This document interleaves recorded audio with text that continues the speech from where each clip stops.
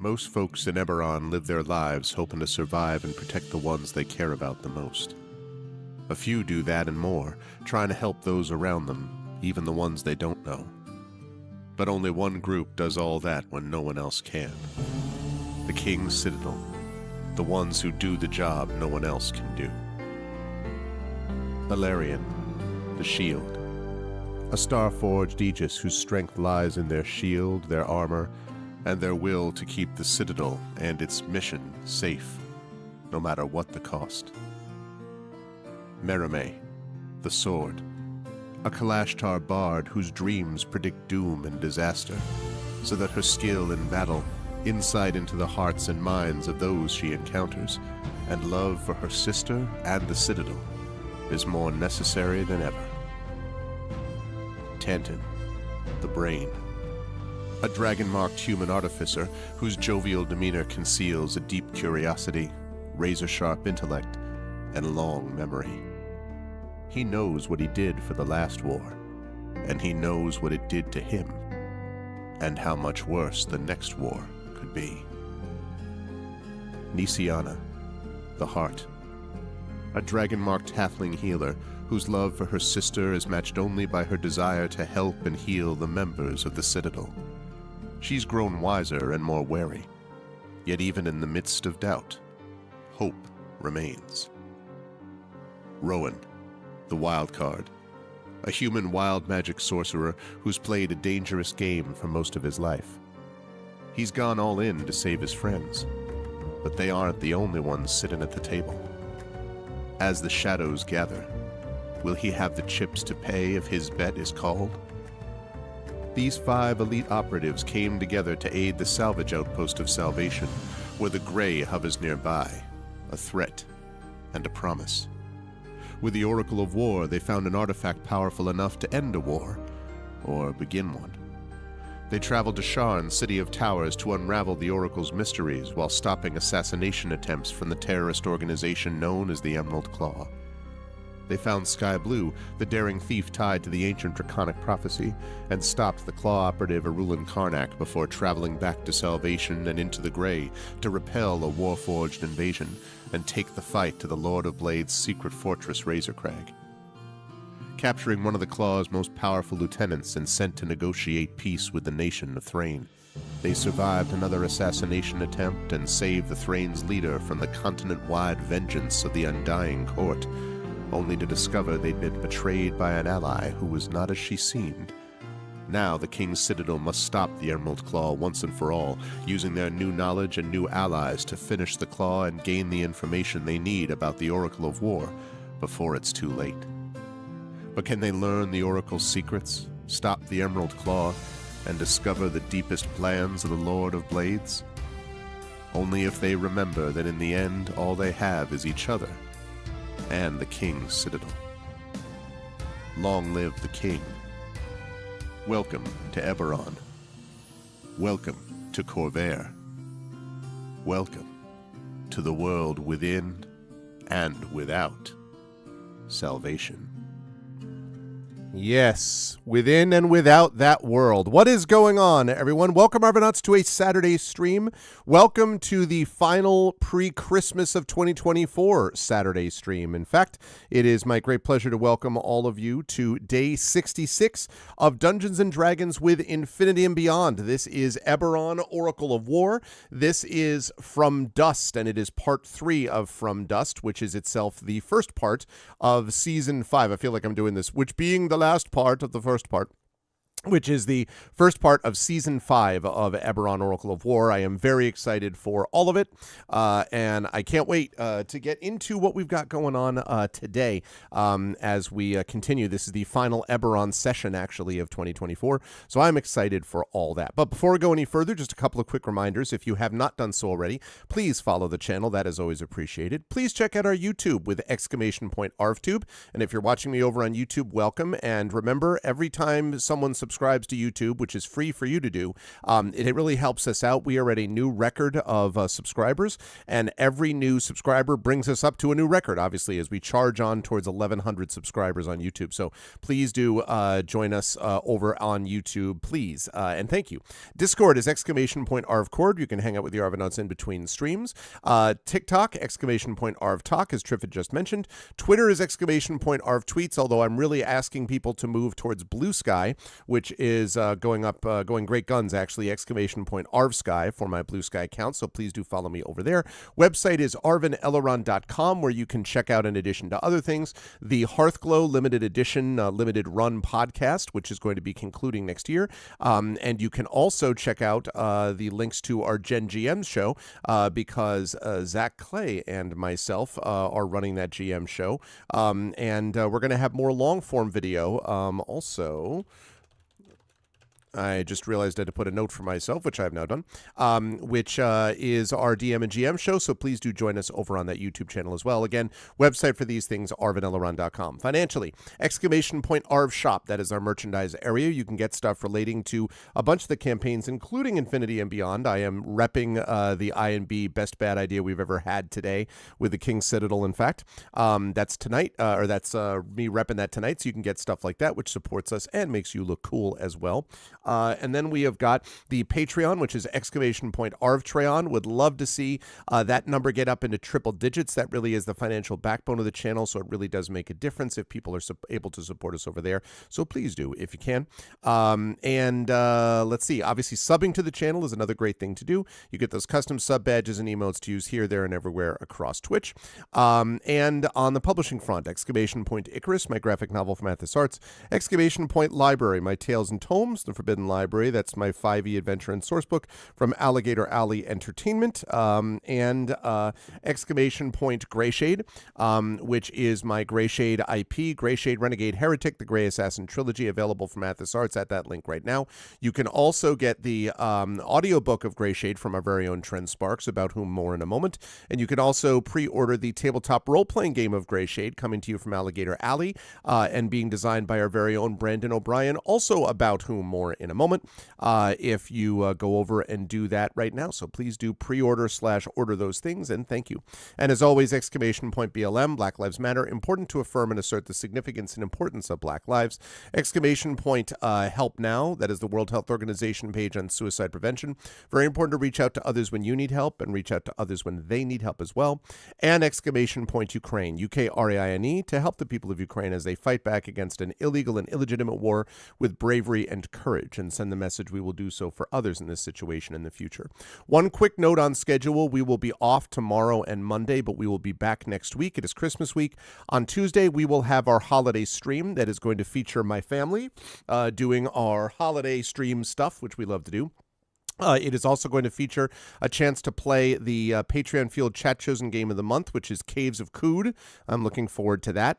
And then on Christmas Eve, and then we will also have some more GOG Pen and Pixels playing some more Songs of Conquest over there. So that's going to be a good time. Then Christmas Day, of course. I hope everyone who celebrates has a good one. And then Thursday the 26th, we will be back playing some more Beyond Shadowgate. We had a chance to actually chat with the dev a little bit on stream.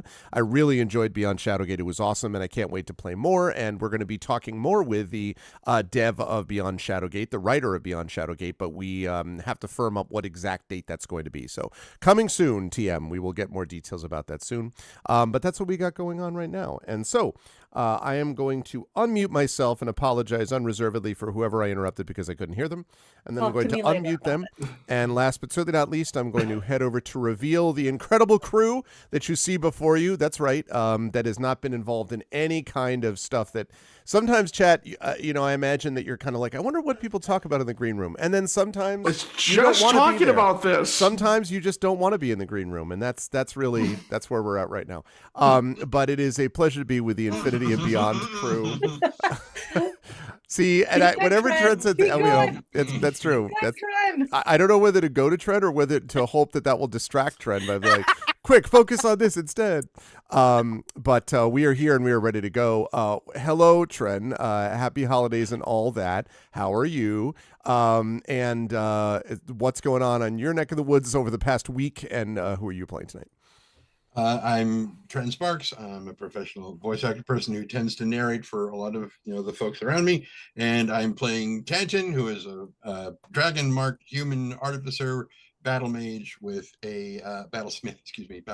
Even though he does have some magic, whatever. Who has a mechano good boy named Spanner, and I'm done. Yeah, I love it. I love it. I will move right on to Marie Bilodeau. I don't know whether to ask how Marie's doing, so I'll just say it's good to see you, Marie. I hope you're hanging in there okay. And I won't go any further than that. Just to say, who are you playing tonight? Beyond that. Hi, I'm good, thank you. I'm just, because I love you, chat, and I do. I'm just going to say that tonight I'll be playing Mary Hawksmoor. Call it a swords bard, and I like to stab things, and I'm very excited to be here tonight. Thank you all. It's going to be a fantastic time. Long-time viewers are getting super sus at this point. They're like, wait, why are they going? Yeah, never mind. Middle of the episode, maybe we'll go into like this completely. Mind. Always a pleasure to have Marie with us. Also a pleasure to have the awesome and amazing Brandon O'Brien with us, who has a face at the moment that I can only describe as long-suffering, is the only way I can describe that. How are you doing, Brandon, and who are you playing tonight? Hi, everybody. One, I have no idea what's happening to everybody else. I got into the green room last, and I'm glad that this is one of those moments where my imagination just goes to the worst thing, and that is the sign to my brain that goes, I don't want to know what this is. I never want to discover what the actual answer to this question is. I'm fine. So, as is my want when I actually do get here, I do in fact have a thing to share that I thought was really dope. Okay. Well, one story that is actually very annoying, and me watering down that frustrating thing with a thing that gave me joy. I was actually joking to Jen a couple of days ago, in fact, that I thought that I would be free from the power outage woes once that random wind event took place in her neck of the woods. And I was not free, so people keep praying for me. Power at least 2 days this past week. But I am presently in the clear. I hope that maintains until Christmas and beyond. So that's fine. So while catching up on Grayshade, I am very sorry. Grayshade is almost done, but I'm very sorry. It's gonna be worth a chat. You will see. I promise. But while that was happening, I decided I would stimulate myself while working by just looking for things to watch on Netflix. And I came across this actually very, very cool show called All Domain Anomaly Resolution Office, which is actually very, very cool. I having just finished it today, I described it on Blue Sky as if the X-Files, Persona 5, if the X-Files, Persona 5, and Paranoia Agent had a baby. It is essentially what if a police officer is given the job to join a secret government organization that is designed to investigate weird supernatural criminal activity in the area after a god announces themselves on social media as attempting to remake all of Japan, and they're like, this is weird and kind of strange, and why is everybody looking at me like they already know who I am? And I should probably figure out what those things mean, and it's actually very, very cool. Suffice it to say that despite the fact that I just like supernatural mystery dramas overall, this show also has a thing to say about both the ways in which we act on the internet and whether that bad behavior on the internet is indicative of a greater human antisocial nature that is actually very, very rewarding. So yeah, if you're looking for 10 hours to kill, and you have a VPN because the first 7 episodes are available on US Netflix at the moment, you should look for a show on Netflix called AARO, All Domain Anomaly Resolution Office. It is very good. Wow, that is cool, and I'm glad they have an abbreviation because I don't think that title would probably people feel like, woohoo, let's go, yeah. That's cool apparently it's literally the name of what is actually a U.S. government office. That's apparently a thing there's a branch of, that exists. Yes, really? apparently there's a branch of the Pentagon that's its entire preview is investigating whether UFOs are actually real. Oh, interesting. All right. Well, then that's cool. So yes. So hi, I'm Brandon O'Brien. I am a poet, writer, and game designer from Trinidad and Tobago, and I will be playing tonight Rowan Shallow, otherwise known apparently as Rowan the Disintegrator, who is great very PR excited for us, man. Great PR. Yeah, for us. exactly. Yes, very excited to discover ways to continue navigating this newfound combination of otherwise very mundane abilities that they could have performed the entire time, which is, what if I twin spell and disintegrate and I just point it at the first big thing I see and make that the first thing that I do for that entire combat encounter. It's this one experiment has proved very beneficial so far, so I think I'm going to replicate that as often as possible. Absolutely. I can't wait till the first big thing you see in combat is a Larian, and we do exactly that sort of thing. I can't. Oh God! Can't he wait recognizes to see. me. He's a big threat. He's a big threat. He's a big threat. I mean, well, listen, I had to specify. I mean, Mermaid's one keeps getting charmed, so that's on yeah, her. that's true. So, you know. Always a pleasure to have Brandon with us, and also a pleasure, of course, to have Jennifer Brozek with us, who has fully recovered from whatever was affecting her in terms of being reduced to tears of laughter by our dear friend Marie for reasons we won't discuss.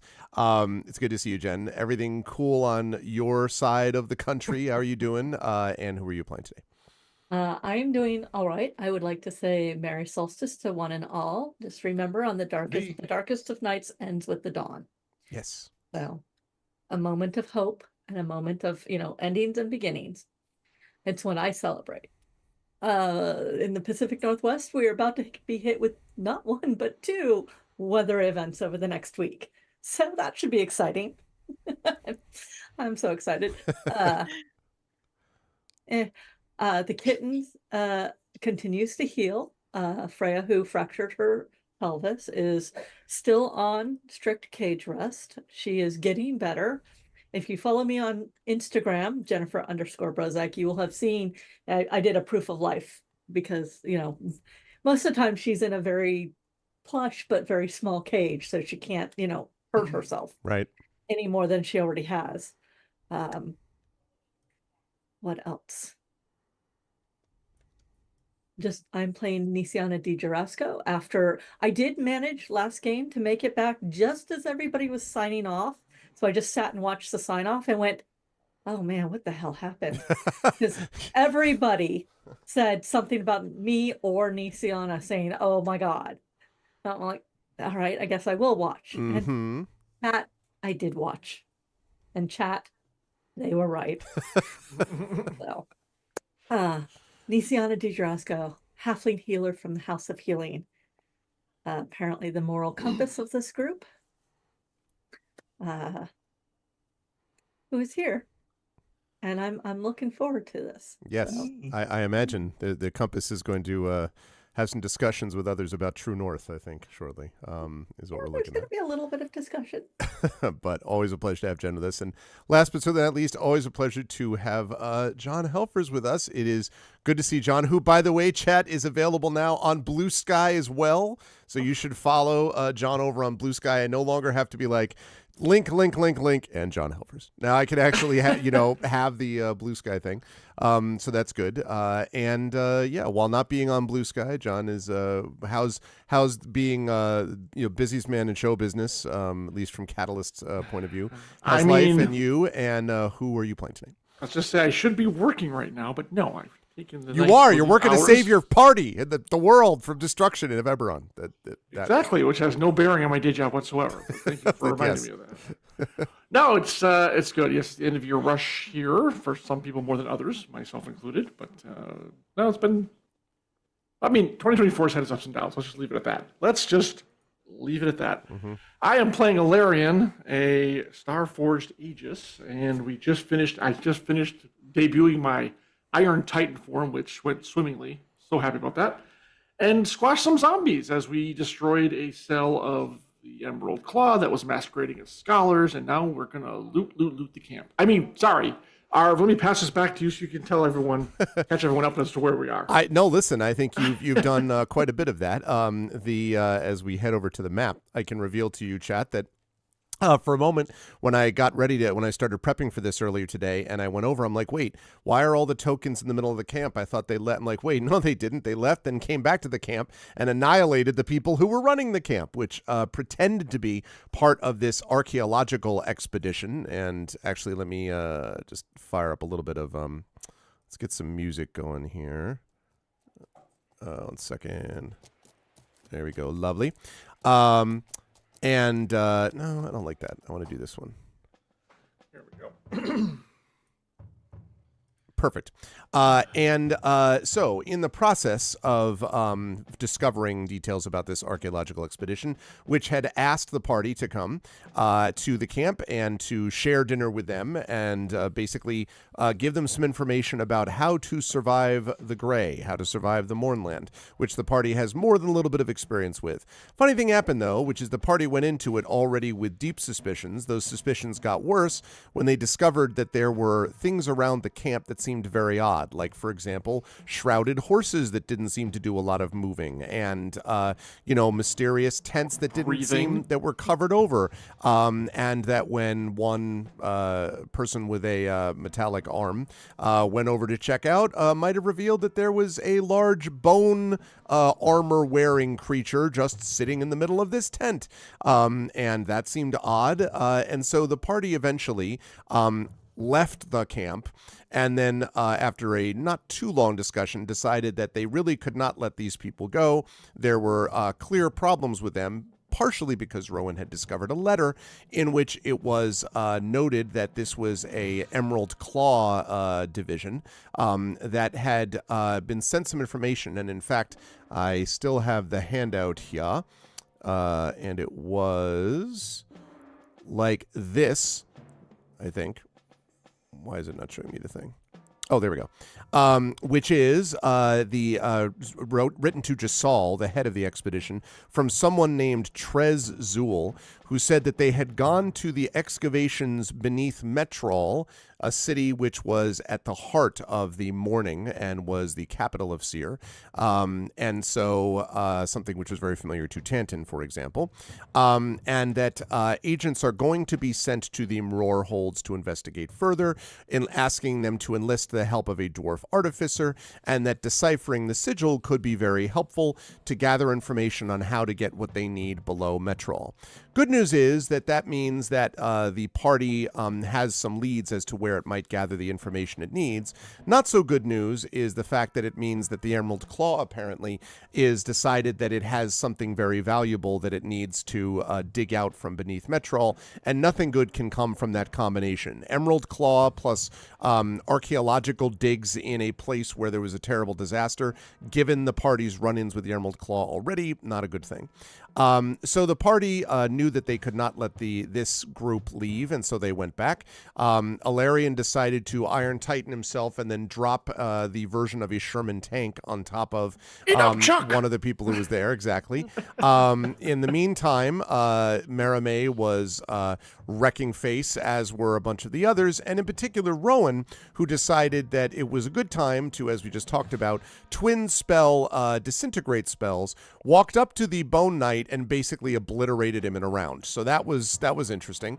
Found another person who said to him, listen, this can go, I'm paraphrasing, but the easy way or the hard way in terms, do you want pain or not? And the guy said he doesn't want pain, to which point Rowan was like, great, and then disintegrated him. This was all observed by Nisiana, and it will lead to something we'll talk about in just a moment. But in any case, after it was over, the party did begin to look through the camp, and I believe it looked through a little bit of it, although I'll give them a chance to look some more. Discovered a sort of odd-looking barrel or bucket inside that tent that you see all the way to the north, but also discovered a map of the streets of Metrol pre-morning, so pre-event, that was the sort of catalyst to end the last war. So there's that. And of course, the party now has this information about possible information about the Mror holds. So thank you, Trivet, for doing that. I appreciate that. And so as I hand things back over to the party, I want to hand things over to two people first. And I'm going to hand things over to Nisiana, who I think may want to talk about something.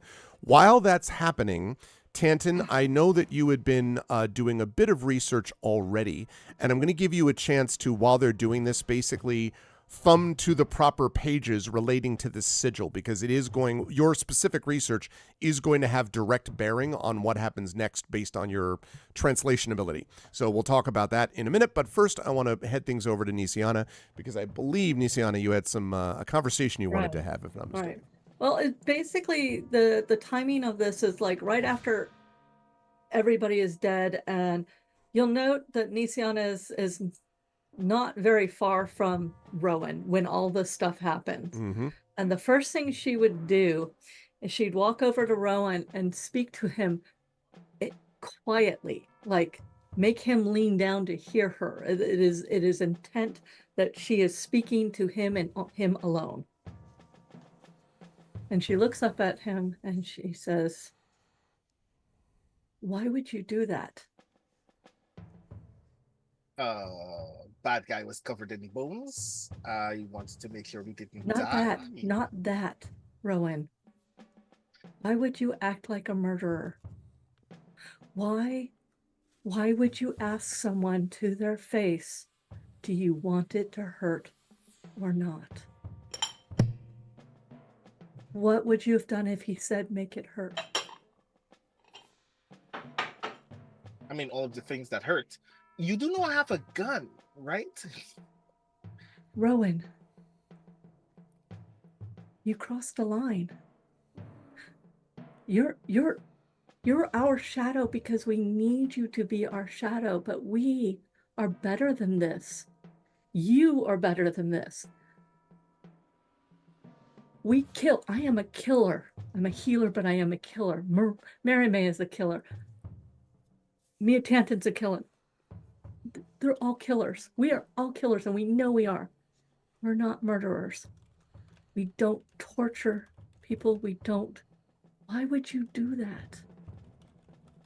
Why did you ask that question?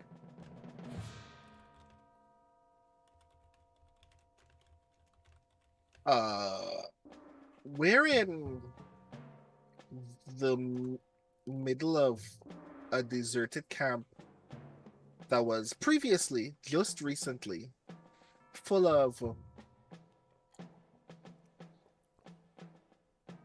They were the enemy and they needed to die. I am well aware of this. They're cultists. Why would you ask them? Why would you look at someone sentient in the eye and ask them, do you want this to hurt or not? Because these are the same people who would ask those questions of you.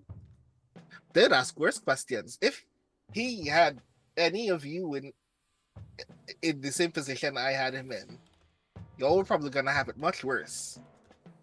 I'm allowed to be exhausted by the fact that these people continuously go out of their way to be as Rowan, cruel and... But we are not them.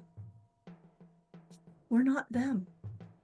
We do what we need to do. We do not make it. We do not make it also mentally hurt. We fight because we have to fight. We fight so that we don't have to fight again.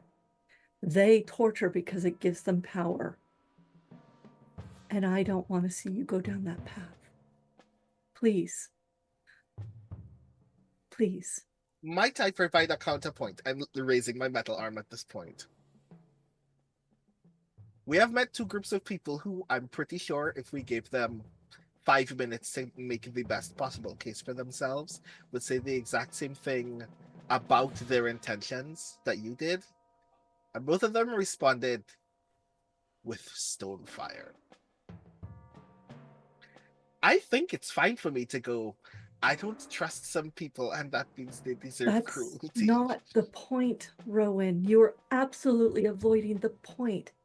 You had a man dead to rights in the middle of a fight, and you paused to ask them a question that you knew would hurt them mentally, that would hurt more. Why would you do that? What does that say about you and us? About you, nothing. But you are with us. You are part of us. Your actions are part of us. We are better than this, and I know you are better than this. Please, don't walk that path. We fight and we kill because we have to, not because it brings us joy, and not because we want to hurt them.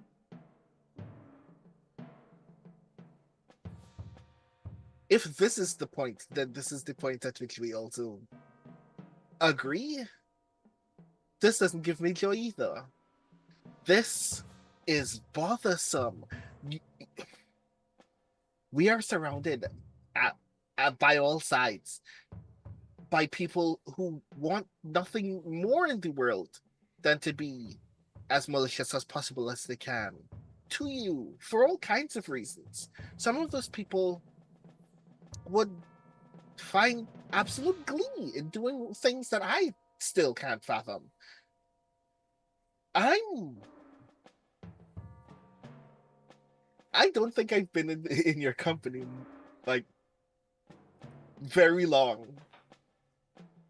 And I've probably seen in the last few weeks more abject malice than I've seen while picking people's pockets, while scamming the bosses of some of the deepest criminal organizations on She the reaches out western to part you of this while you're continent. talking. And I am... She puts her hand on Sunshine. Rowan, we don't have to be them. We don't need to answer their malice with equal malice. Rowan, we do this for the good of everyone. And I know it's easy to fall to it. She pulls open the thing where she shows the scars from how many arrows she's gotten to the chest. She's like, I know. The moment we learned they were Emerald Claw, they needed to die. Did I want them to hurt? Yeah, I did. But I can't work like that, because then that turns our purpose worse. I don't know if we need you, because we need you to be our shadow. You are the one who does what we cannot. But you cannot become them.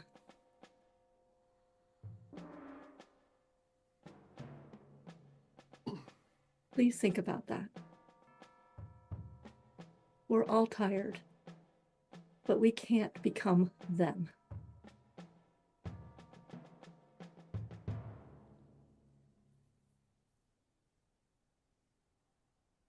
Rowan just kind of stands there for a moment.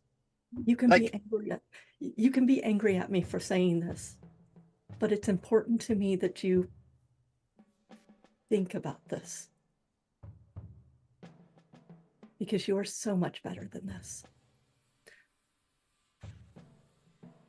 And then she pauses and smiles and says, and you did some really good work too, like really amazing. But now with that power, don't follow their path.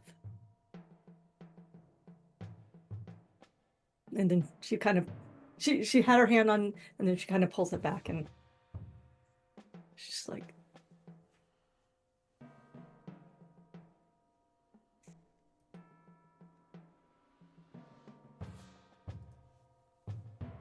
I'll go now.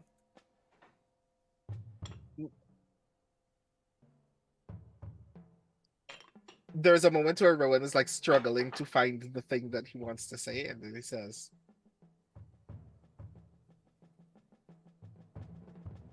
I'm afraid. We're all afraid.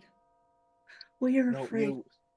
I have been afraid before. I have done stupid For me or things of me? for you. She reaches out a hand, and this time she offers it to you. I don't take it yet, and I say, you don't get it. I'm afraid every moment that you decide being moral is less valuable than being efficient is the time we get weaker in the face of people who are not at all unwilling to do the worst possible thing to everything around them, to get their hands on you, on the Oracle, on anything that you know, on anything that you care about. Rowan, I fear for my sister every moment. I fear. I understand that words can kill. Words can have other people kill. And I want to use my words to make sure that if we have to kill, we do it with a just heart and not with malice, not with glee, not the way they do it. And yeah, we may die. We may die horribly. And there'll be others to take our place. But until then, we are the vanguard. It's us. And together, and she just kind of just sort of, the hand that's out, just sort of, together, we're stronger. And we need us. And we need us on the right side of the light.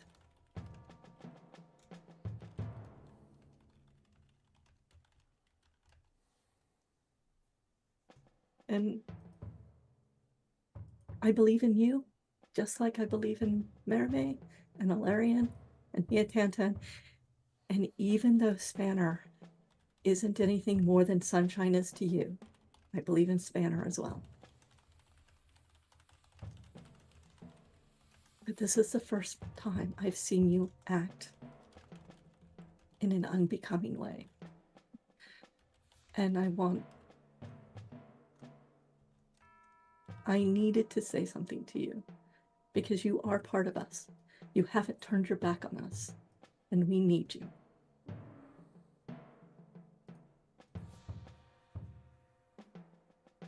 Actually, my hands.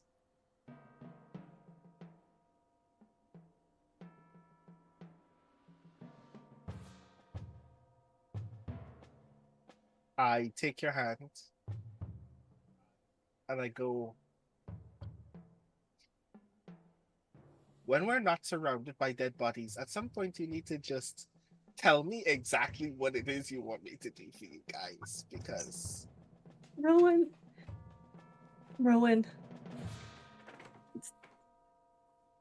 we'll never know exactly what we need to do. And she kind of squeezes your hand and says, part of it is following your heart. And part of it is following what we are all doing. It's hard to care so much about people you know will be running directly into danger. It's hard. My sister is my heart, and she is already moving away from me, and I can feel it. But I have to let her do what she thinks is right. And she squeezes your hand again, and then she brings it back. Says, also, I'm going to have to go talk to Alarian about the death from above. He may do too much collateral damage.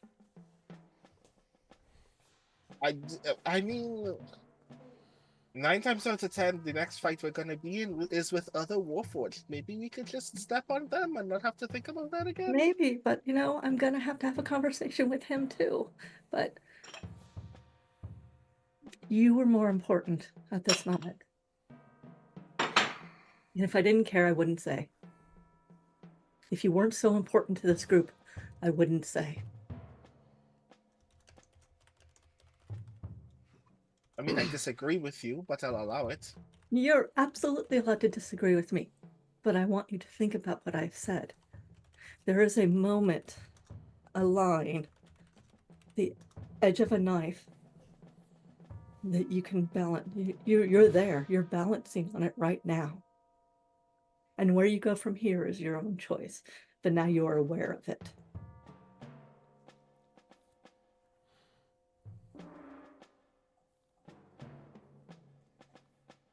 We can revisit this conversation later, too.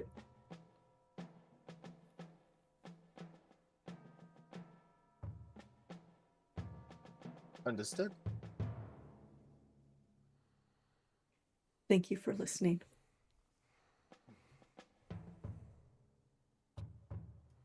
Thank you for thinking I'm important enough to talk to. You're absolutely worth it. And then she turns and she looks for Alarian. Is Alarian on one side of the camp doing like as he's moving out of tank form? Indeed. Actually, he's they are searching the body of what's her face. They I should say. I'm sorry. Yes. Yes. So I will let me have a little bit more of the. Yep. We'll talk about the loot. No, I'm actually going to go to the looking around the camp thing, and then I will come to Tanton last, because you all see that Tanton is very absorbed in a couple of books, and we'll sort of explain what that's about. So a couple of notes here about these things that you see. I believe I already talked about that tent that was all the way to the north. And which is the one that was opened. I might have also mentioned the map thing, but yeah, that that far northern tent has basically a set of these three, as you can see, these three bedrolls basically rolled out, and then this strange-looking clay jug that I mentioned that's over on one side, which is just, it's closed and you obviously don't know what's in it, but it is odd because it just seems to stand out. It's not a wooden barrel. You don't know what else would be in there. So yeah. So there's that. In the one that's to the east of where Alarian is standing, that is, yeah. That one has this cot, somewhat nicer looking actually, than the tent, than the bedrolls that you had in the tent to the north. That has a cot, and it also has a closed trunk, and there is a smaller trunk on the top of which are a number of other pages torn from books. And now you may not know this immediately, Alarian, although I think no, because Rowan talked about, I take that back, because Rowan did read this letter that you found in the thing. So there's more pages like that were in the tent to the bottom, to the west, the southwest, which we'll talk about in a minute. But there's also this closed trunk that you can see that's sort of on the northern wall of that tent, in the tent to the east of you right here. So there's that. And you can tell me if you want to open it in a minute. I'm just basically giving you the details there. This tent is completely empty except for the seat on which the bone-armored creature, the Bone Knight or whatever it was sitting. So that's all that seems to be in this tent. And then this one here seems to be what you would assume is sort of like the command tent. And I already mentioned the maps of pre-morning Seer and Metrol and stuff like that, which you can find there. Pages torn from books and things like that. You can actually I don't think you had a chance to look at the pages torn from books, because I think, Rowan, all you grabbed was the map, I think, and the letter that was on the top, I believe. So there are still more pages of those books here and pages from the books here, along with the closed trunk here and the weird clay jug thing here. And then the last thing that I want to note is that there are also a bunch of smashed crates and like broken zombie bones and bodies all over the place also, with what's left of these wagons. So That's what you see. So if there's anything you want to get more info about, then please let me know. And then I want to jump to Tantin last of all. But what was on what's her name's body? On Giselle herself. Thank you. Yes. On Giselle herself, the couple of things I suppose to note. The big thing is she has what seems to be a kind of it's sort of a winding twisted stick, which you assume might stand in for a wand of some kind. You can't tell if it's magical, but it's a pretty good guess. You already saw that she was trying to cast some spells, if it were not for the fact that Rowan kept counterspelling them. But she was trying to cast some spells and perhaps using that stick as some kind of a focus. Other than that, she doesn't really have a lot on her. She did have a dagger at her belt, but there was nothing else that you noticed on her. It may be that she kept more of the stuff in, well, she was a spellcaster. Maybe she didn't need all that much stuff, but what she had, she might have kept in one of these tents, perhaps. All right. And I'll start. You said the big chest will drag out, and then you said the pages were on this underneath. There's a smaller chest in what I'm assuming is her quarters as well, right? That is right, yes. Well, I mean, you don't know if they're her quarters, but you would guess. I'm assuming because of the quality between this room and the fact that she was by herself and the other three were there. It kind of, the context clues are fairly simple. Yeah. I'm going to go with that. Which seems reasonable. So are you pulling both of the trunks out then? Yeah. Okay. First I want to collect the pages and go give them to Tantin because they might find them useful. Then I'll pull the chests out and go and get that jug too and set it on the larger chest and then just wait. Okay. So you pull the trunks out, you do all that. Merime, we already know what Nisian and Roman doing. Merime, what are you doing during this? Considering that we were just in an Emerald Claw encampment, and I'm not sure that I trust the Emerald Claw while everyone else is doing their thing, I'm gonna keep watch. I'm basically gonna make sure that we're not caught unaware. Okay. Can I get a perception check from you, please? I will also note to the party I'm also aware of your passive perception scores, but zombie horses come back. Oh, sorry. Yeah, I was gonna say yeah. Sorry. You missed the zombie Gila monster that was right underneath the wagon. Yeah. So 24, huh? That's a very good score. You do not, you don't note anything here. It's in fact quite quiet, except for just some slight breeze, and some occasional motion way off in the distance, probably in the direction of Salvation, but nothing immediate to the camp that you can see. Okay. I'm gonna stick at it and just kind of make sure everyone's safe. Okay. Tantin, let me come to you. First of all, when Alarian drops these pages sort of on you, I guess I should ask, do you take a moment, do you ignore them completely? Do you take a moment to sort of look at the pages? What do you do with those when you see them? Don't ignore them completely, but basically when it comes over, excuse me, when they come over and hand the stuff over, the amount of focus he gives it is basically this.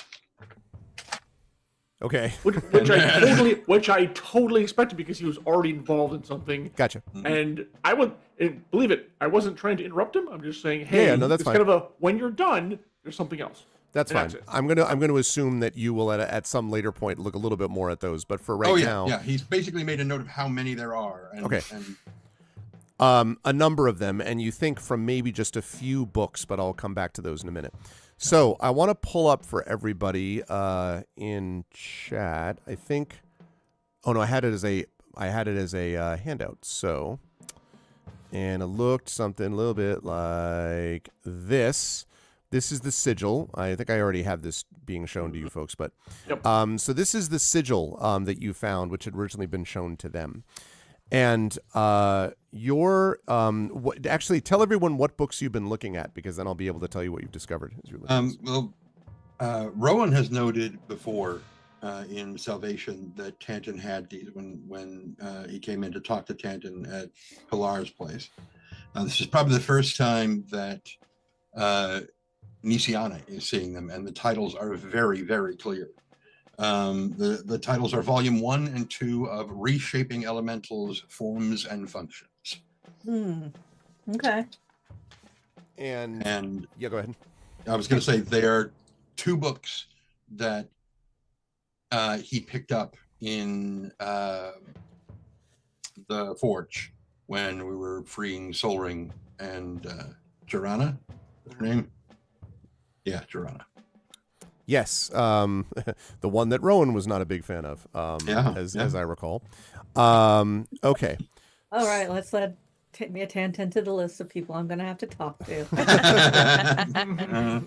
I've been on that list for a while. Well, yeah, some stuff has happened.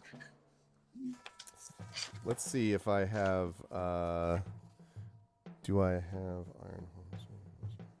Okay, I'm going a little bit deep into Eberron lore for this answer, which is good. Yeah, I was going to say, twist my arm, right? Like, boy, if only something had been written about this in one of the many tomes. Exactly. Exactly. The hard part is separating the old stuff from the new current canon stuff. Okay, so, you are pretty sure, after doing quite a bit of this work, and some of your previous research has actually helped with this, Tantan. You have read about this before, and you had seen something like this before, and it comes from a place that is known as Sol Uldar, also known as the Realm Below. It is under the Iron Root Mountains of the Mirror Holds, and I am pulling from Exploring Eberron to be able to read a little bit of this section. Because the dwarves, sank their roots into the soil of Corvair, and there are Dakani dirge singers who sing of battles between dwarf and dar that took place in vast halls below the earth. Dakani records, which are even more accurate than those of the dwarves, show that the Dakani encountered dwarves late in the golden age of the Dakani Empire and drove them east, eventually reaching a stalemate. The ancient dwarves lacked the numbers or resources to threaten Dakan, but they established a line below the Iron Root Mountains and held it against countless onslaughts. The Dar didn't really need the territory, and eventually they just decided the effort of conquest wasn't worth the reward, and that is the origin of what the dwarves call Sol Uldor, which is the realm below. So we're talking like, fairly ancient Eberronian history, but also this particular sigil is spoken of at times in whispers because it is a mark of a particular person. And the person, and it's very unclear as to what exactly the form of this person or creature is an ancient, monstrous sage known as Spinweave. Now, Spinweave, it was said, knew everything that there was to know because Spinweave had, according to the legends, consumed the sages that had the knowledge. Spinweave hungered after this knowledge for its own inscrutable purposes, and for centuries lived in Sol Uldar, the realm below, under the Iron Root Mountains of the Mirror Holds.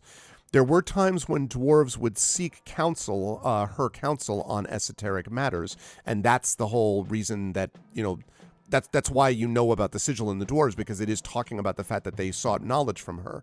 But it always bore a heavy price. Whatever she would give in terms of knowledge was always something that would have to be paid for, and the price was high, whatever that would be. Now, the references that you also have has one particular reference point that's relatively recent, within the last 50 to 75 years or so, which is certainly within a dwarf's lifetime, that what the last expedition to basically try to go and find Spinweave was done by a dwarf from Clan Soldarak. And his name was Rolforor, and that's Rolforror, Rolforor. Rolforor was the leader of Clan Soldarak who led an expedition and supposedly survived that expedition.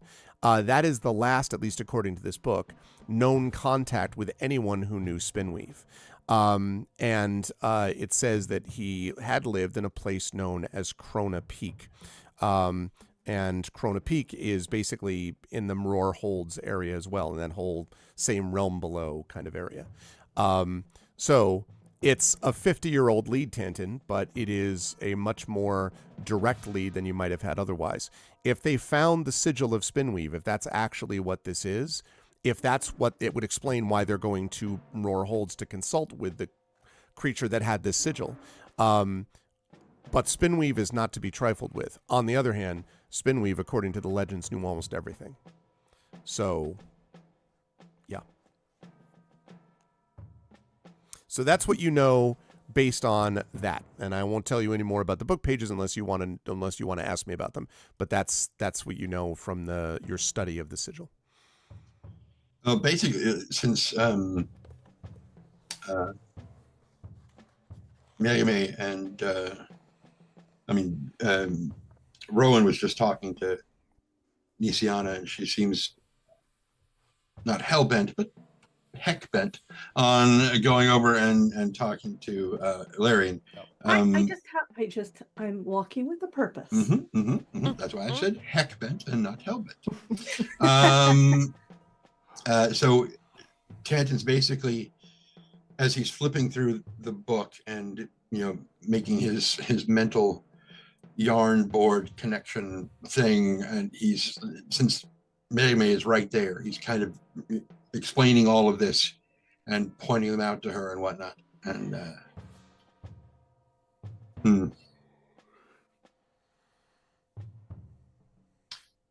so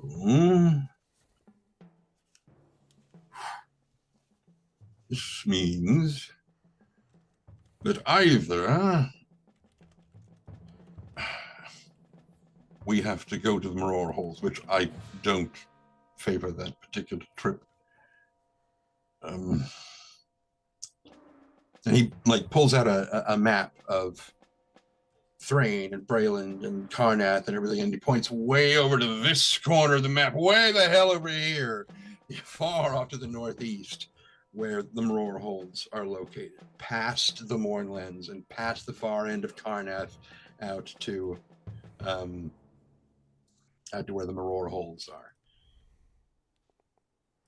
On the plus side, I believe we still have access to an airship. You sure do, by the way. Still floating there where it's been tethered. How convenient. Yes. I look forward to that one being blown up underneath us, too. Yes, oh, wait, I can fly this time. Never mind. Yeah.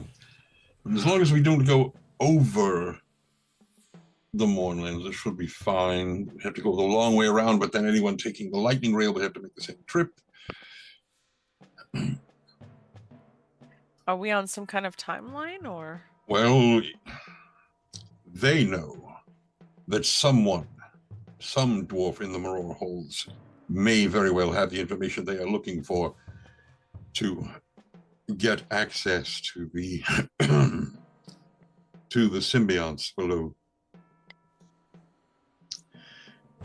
So if they also know about Soul Ring, he's almost certainly the one that they're going to go to or try to seek out. And we know that he went there to the Roar Holds. So either we go and try to find him, or we get in touch with Halar and have either him or one of our agents get over there as quickly as possible and secure him.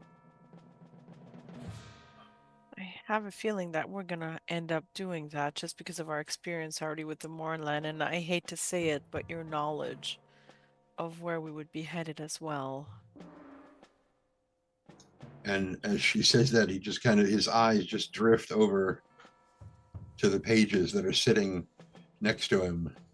And he just sort of nods slowly and then looks back towards her.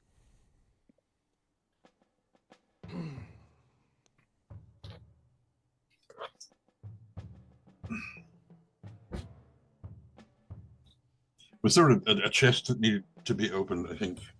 So, Yeah, I think just over there. Yeah. And he gets up. He starts to reach for the pages to put them into the book that he was looking through, and he just doesn't quite make contact with them before he stops and goes to the chest and breaks out his thieves' tools and starts working on checking for traps.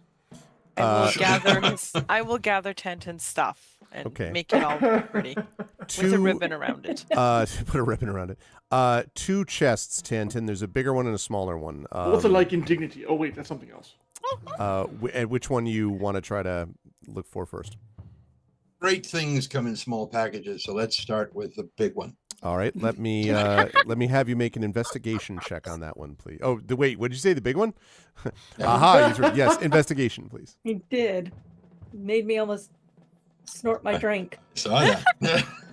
You almost got me. Almost. Next time. Next time. 12. Perfectly safe. What was that for? That was the big one you said. You were checking for traps, you said, on the... Which on would the involve my thieves' tools, right? Yes. So, well, you were... Well, the investigation check... Now you can do the thieves' tools one. Because the thieves' tools really is going to be more for the lock picking. And if it needs to be. In fact, I can tell you before I use the thieves' tools that the big one is not actually locked. For what that's worth. Okay. Still could have been trapped, though. You can trap an unlocked chest. You could. I don't know, ward, fireball, whatever. You could think. You could, yeah, exactly. Now, that does bring up a good point.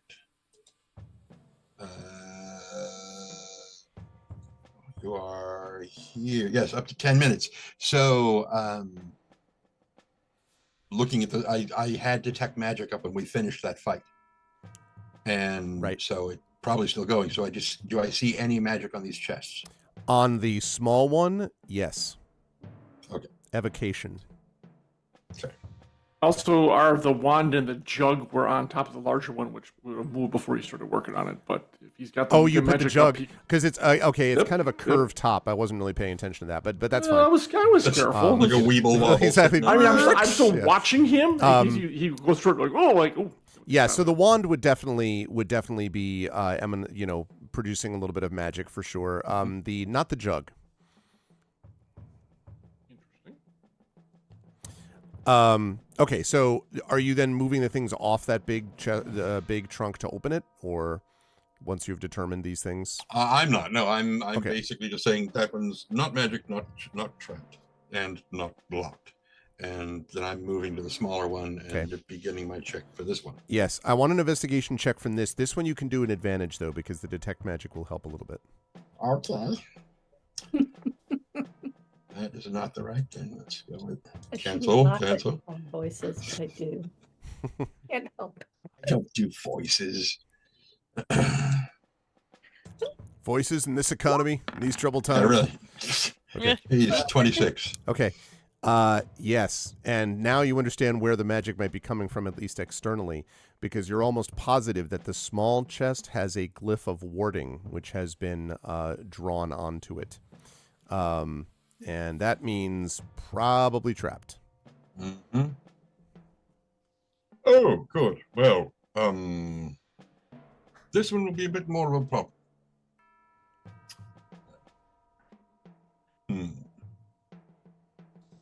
Move you off somewhere perhaps not quite so damaging if something were to happen? Well, something were to happen to what? Whoever's the opening it or what's inside it? Both, either. Right. Well, if it explodes at all, we run too great a risk of what's inside it. I mean, I would be concerned about the one opening it in that case, too. I could do this a fair distance away. Magic, but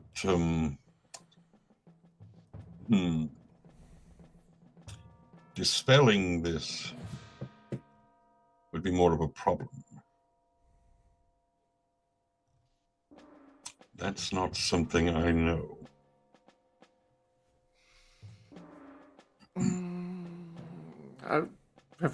We haven't seen Rowan actually dispel magic, have we? I don't recall. You've seen him counterspell, but not. Well, I'm assuming I didn't because I was busy zombie smashing. I wasn't really paying attention to the other elements. I mean, those of us who have seen the counterspell would make the assumption of dispel, but like I said, I'm walking with the purpose towards Solarian, so I can cast Shatter on it if that helps. No. That would certainly solve the problem. First solution, shatter! I give you a little smile, Tangent, and I shrug.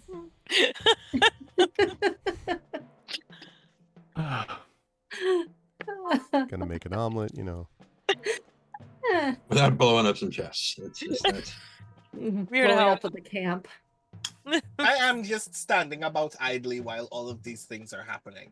So if somebody just wanted to ask me, they could. I was just going to say. So, Rowan, Yeah? do you know how to dispel magic from objects?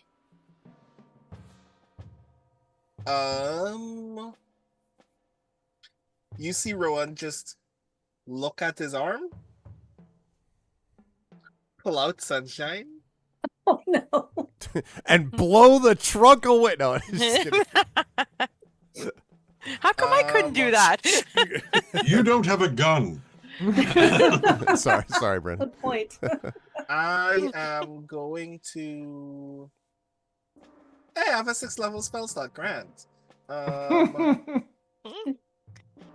In an attempt to answer the question as if I don't know what this means, I'm just gonna cast a 6th level dispel magic in the direction that you point me towards. Okay. I love wild magic spells. I love wild magic sorcerers. Which reminds me, did we, with those disintegrates, did we ever do, because we didn't, did we? Oh, I may have been a frog the whole time I was talking to you.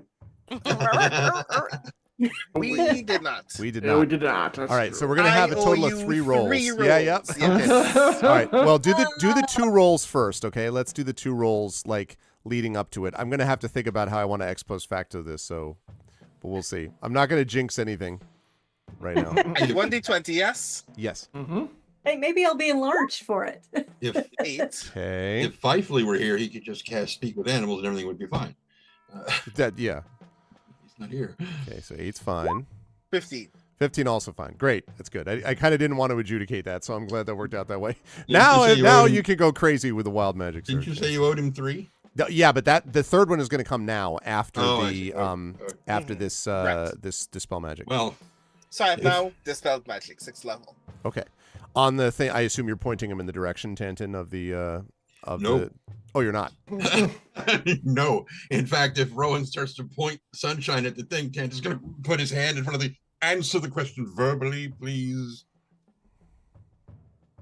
I think so, question mark.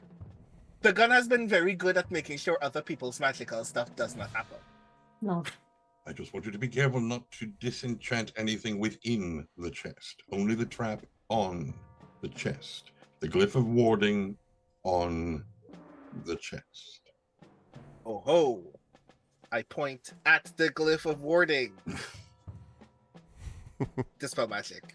Okay. Bang, bang, bang, bang, bang. So the glyph, which was previously invisible, flares, and then, as if you were watching it being drawn out, erases in reverse.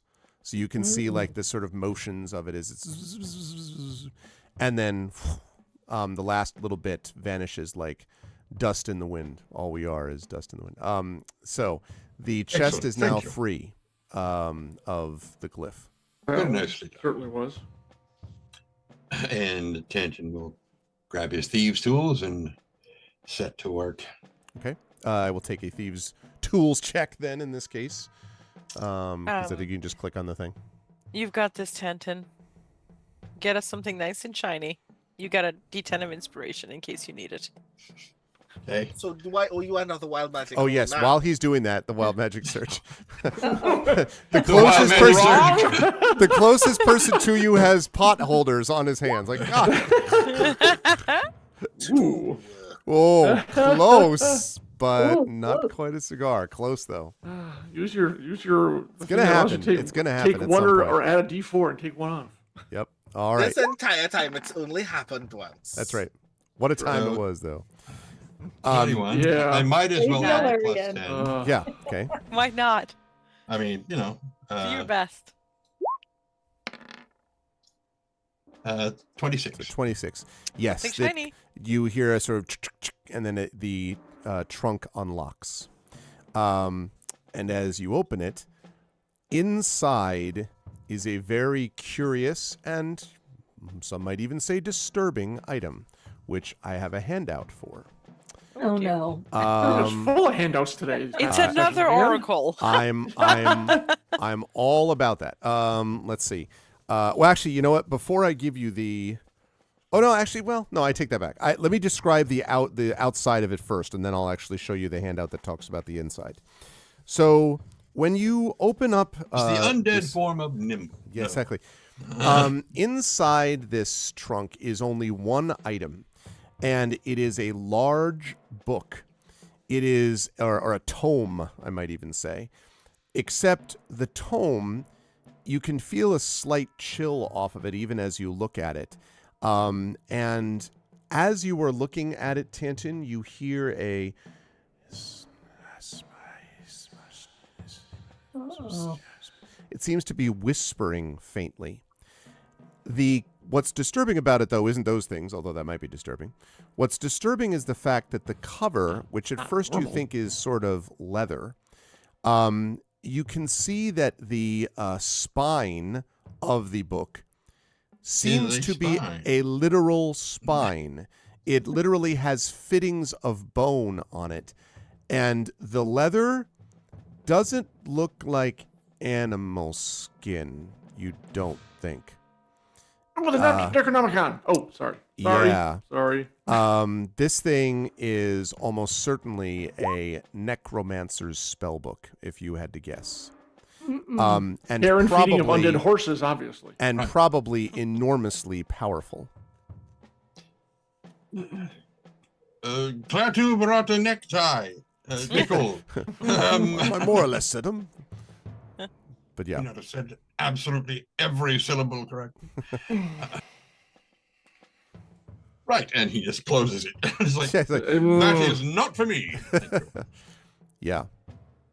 So it is a spell book, and I don't actually want to make the handout available until someone decides that they want to try to use it one way or the other. Until then, yeah, I was going to say simply the description. Wait! Don't we get to look at the appearance to see just how baneful it actually is? I'm a little disappointed in you, Arv.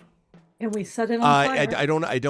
I have an internal description, not an external description. Oh. I gave you the external description. Do I know how to destroy a spell book? Particularly a powerful spell book? Disintegrate might do it. Disintegrate, the cure for what ails you. Oh, I guess it'd be looking this way, actually. Yeah, I will. I'll look to Rowan since he's right there because he just got rid of the glyph of warding. I'll be like, that spell book.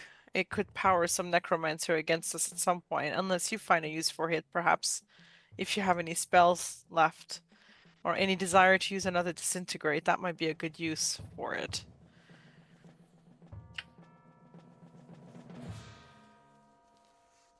I don't have any more disintegrate, sadly. Well, I wanted you to stare at Nisiano, though, while you walked up to it. Just be like, walk up slowly with the finger of death exposed. Well, we can bring it with us and destroy it. I wonder. I kind of walk up to the book, just like idly, and Walk casual. The chest is closed. You would have Yeah, to I was gonna open say it. you have to open it. yeah. Okay. I open the chest. While this is happening, I do think I spent my last 3 sorcery points on a 3rd level spell slot. Okay.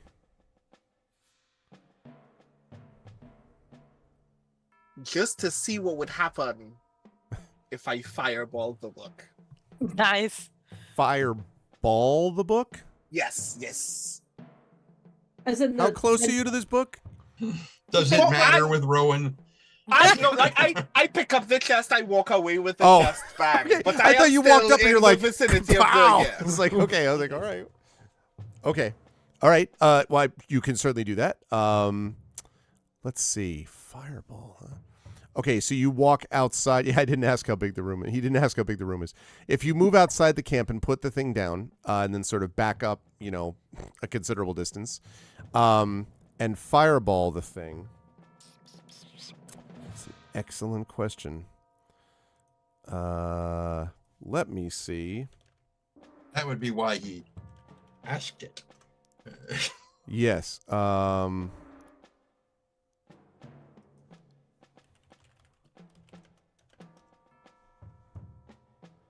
Uh-huh. Mm-hmm.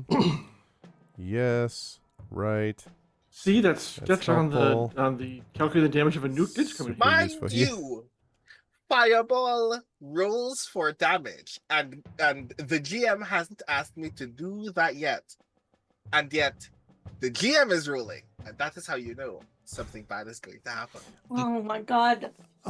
Right. Okay, so... Okay. Do I have a revivify still? Rowan, where exactly are you on the map?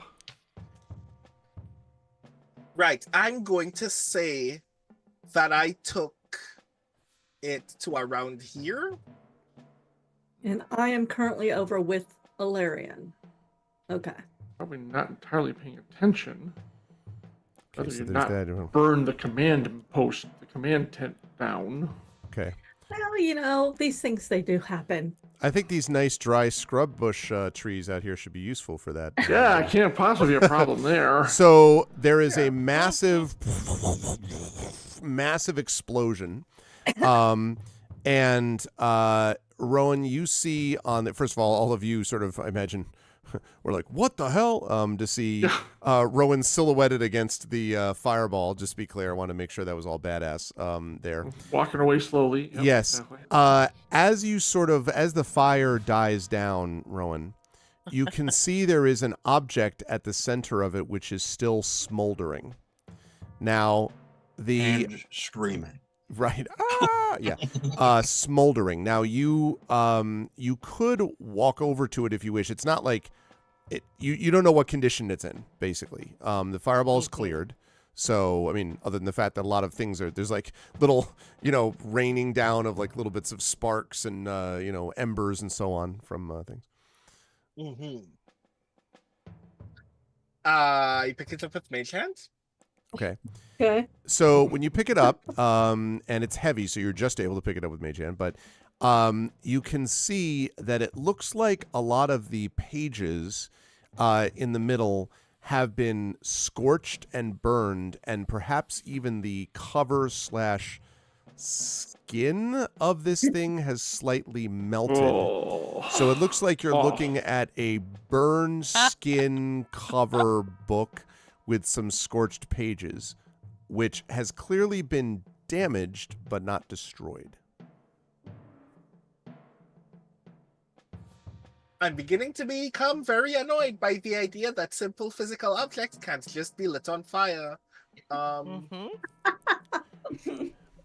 is I mean, you behind did light it pretty on much fire a making- little bit. Sorry, go ahead, Mary. Yeah, Miri is behind you pretty much like and try not to smell what I'm sure is a fantastic Oh, smell. yeah, lovely. Actually, I will tell you, burning human skin actually smells like a barbecue. It actually probably smells pretty good. But it was Except already evil.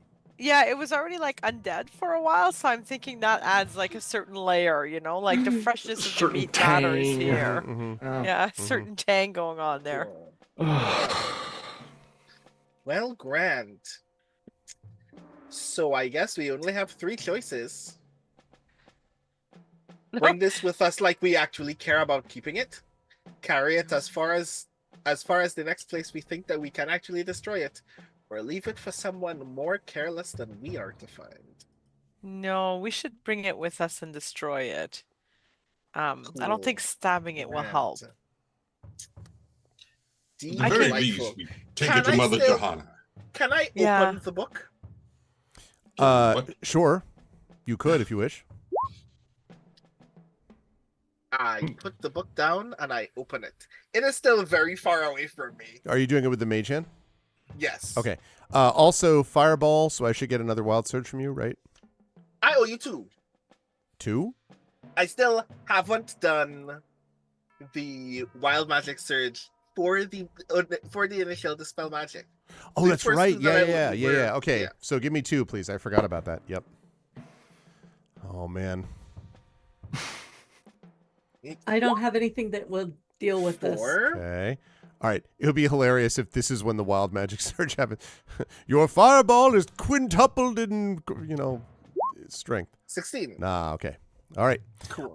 So yes, when you open it, there's a sort of unfortunate squishing sound as melted cover / whatever is on it is opened. So there are, first of all, the inside pages have not been destroyed, although the outer edges are scorched. This is indeed a wizard's spell book, Rowan. It is, however, a spell book that has some particular reputation. I'd like you to make an Arcana check for me, but I will ask you to do this at advantage, insofar as you are a sorcerer, and you may have heard of this, even though you don't go in for this particular kind of book learning, but still. Arcana 18. You're pretty sure that what you've discovered, hey Emily, you're pretty sure that what you, and hi Darkstillsbork, has the ominous whispering changed. Yes, now it's, oh god damn it, that was really bad. No, it doesn't do that. Just kidding. It's still good. It's still whispering. It has not changed. You're pretty sure, Rowan, that you were looking at a now somewhat scorched Librum of Souls and Flesh. This is a specific magic necromantic item, and now I will show you the handout for this. Gosh, So, please. the thing about this, as I have now shown it, is that the book has a set of spells in it. First of all, Animate Death, Circle of Death, False Life, Finger of Death, if you're noticing a theme here, Speak with A little Dead, bit, Summon a Undead, little bit. Vampiric Touch. You can use it as a spellcasting focus for, or wizards can use it as a spellcasting focus for wizard spells. If you spend a minute studying the book, you can use one of the charges of the book to replace one of your wizard spells with a different spell from the book. And as an action, you can expend a charge to take on a semblance of undeath for 10 minutes. So for the duration, you take on a deathly appearance, and undead creatures are indifferent to you unless you damage them. You also appear undead to all outward inspection and to spells used to determine the target's status. And the effect ends again if you deal damage or force a creature to make a saving throw. There are also these other spells that are wizard spells. Bestow Curse, Bigby's Hand, Blight, Blindness, Deafness, Cloud Kill, Dimension Door, Mage Armor, Ray of Enfeeblement, Ray of Sickness, Stone Skin, Vampiric Touch, and Web. This is a very well-known and very, fair to say, evil item. And it's not just for aesthetics that it has what is clearly skin as the cover of this particular book. Also, I don't think sorcerers are capable of being attuned to this specifically. Although I guess if you were like, you know what, I've decided to go down a different path, then I guess you could go down that route. But the Librum of Souls and Death is what my friends call me. I see, Drew. Because the conditions under which I would know this information is technically mostly as a charlatan. Do I know how much the book would be worth? A lot to the right buyer, thousands of gold. Does it drop if it's burnt? Does it matter to anybody? I mean, I don't know. Maybe it's like Well-used well copy. used. Yeah, I mean, exactly. Is a Gibson guitar played by Clapton going to drop in value even if it's messed up a little bit? No. I mean, geez, no. Yeah, I'm right there. Can I kind of get an idea of what Rowan might be thinking? I mean, if you want to make an insight check on Rowan, Money, and is money, Rowan money, trying? money. Is Rowan deceiving? Rowan, are you trying to deceive? Through the link, all you're hearing is Rowan saying, "Oh my god! Oh my god! Oh my god! Oh my god! Oh my god!" Yeah. Cha-ching. I get insight at advantage just as a reminder. 27, natural 20. Oh, I can't wait to see it. Rowan, are you trying to deceive? I am actually perfectly candid about it. It just means that Mary May picks up on this before I actually say anything aloud. You get the impression very immediately that I'm suddenly very curious and excited. And you're like, is this because Rowan is being corrupted by no, I just saw lots of dollar signs. Purely. I'll ping you mentally and I'll go, Rowan, because I was keeping watch, so I saw that Nisiana and him were having a chat. Like, and I didn't hear, but I can imagine. I know my sister well enough. I'd be like, Rowan, maybe now's not the time to think about dollar values with evil spells. I mean, yes, fine. And this is the part where I actually say this aloud. I can think of a handful of mobsters who would really like to have this book. Suffice it to say that simply the ability to conceal your life essence for a couple of minutes saves you a lot of time in gunfights. But this book is very dangerous. Even for the amount of gold that it would be worth, and to be fair, this is worth the kind of money that would ensure you never actually have to work for the Citadel another day in your life. It is not worth selling. But it's also very difficult to destroy now that I've discovered what it is. We need to figure out whether this is worth the risk of actually having to solve our other problem, which is, of course, the Emerald Claw would have this. And being undead would have solved our problems with the Emerald Claw the last time we were trapped in the same room with them. Are any of you comfortable with briefly being a zombie? I'm not sure how it would impact my connection with the Corey, so I'm not sure that I would. I'd have to speak to my mentor about that, but I'm not sure I would risk it. I'm pretty sure that effect you're describing isn't going to work on me. I've never seen an undead one of my kind. Do you have a soul?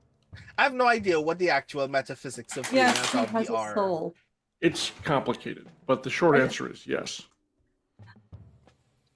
Are we going to handwive me and Ilarian's little conversation about collateral damage?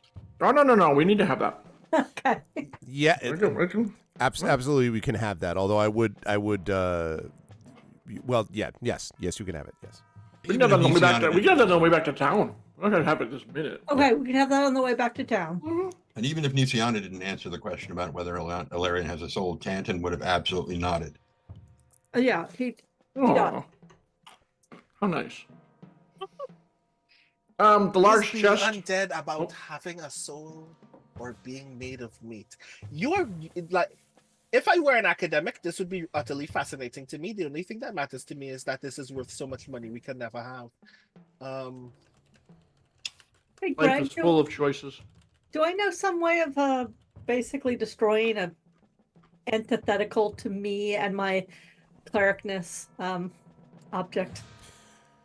Yes, there are several ways. There are rituals that can destroy it. There are that are usually a combination of both magic and also religious blessing, right? That is designed to destroy it. But it has to be done by. Oh, also dragon fire could melt it. So that should be fine. You believe. However, that you would need a very sort of senior figure to be able to do this. Rowan wasn't lying about the part that the fact that the Emerald Claw has this. Now, the Emerald Claw, as you all know, worked with necromantic things before. It's not surprising, but this is not like I picked a few up at my local Walmart, right, or the equivalent of it.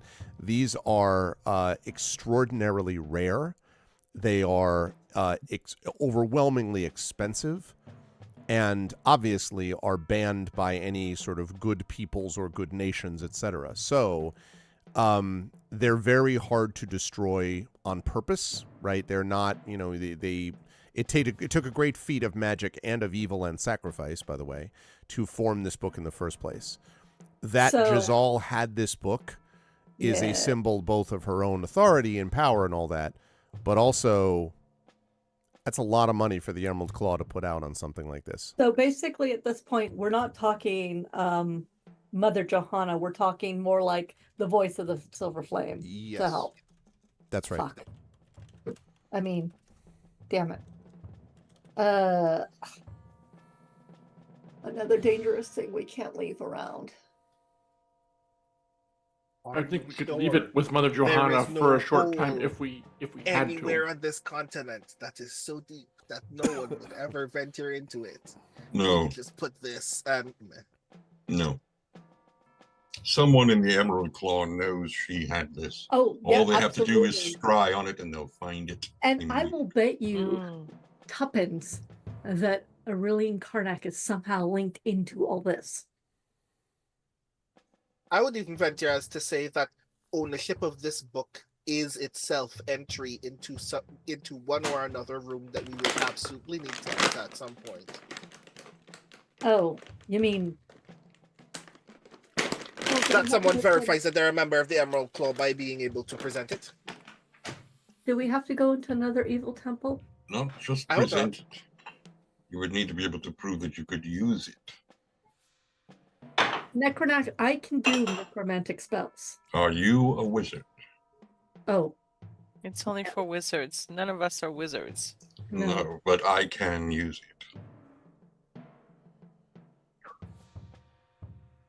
You have a lot of anger in you, Neotantan. Can you put vampiric touch in my... You know what? I'm not going to ask you. That is the kind of thing that such a artifact would use against you. I'm not saying don't do it. I am saying I don't want to. I'm just saying none of us, except for me, would be able to utilize it at all. it's true. So destroying it would be the next logical option. Why keep something around that, A, as pointed out, if Emerald Claw hierarchy scries it, knows we have it, and therefore their cell is dead, thereby causing us trouble. And by destroying it, we remove this evil artifact from the world entirely, which, to me, is win-win. I agree. I think we should just destroy it. It's a dangerous item, and we have enough dangerous items under our care already. We don't need So more. there are things to consider. The I'm challenge all is... for destroying it. But we are in the gray, and if we use that amount of power. Wait, are we in the gray? But no, we're not in yet. the gray Not yet. in the gray. Exactly. We're just outside No, of salvation. We haven't entered the gray yet, thankfully. Yeah. The primary challenge, very obviously, is so long as we have it until it is destroyed, we potentially just have a target on our backs for free. What if we put it in the bag of holding? Wouldn't that cut the connection with the... No. The bag Is of it- holding was nixed when I Oh, yeah. enchanted your weapon.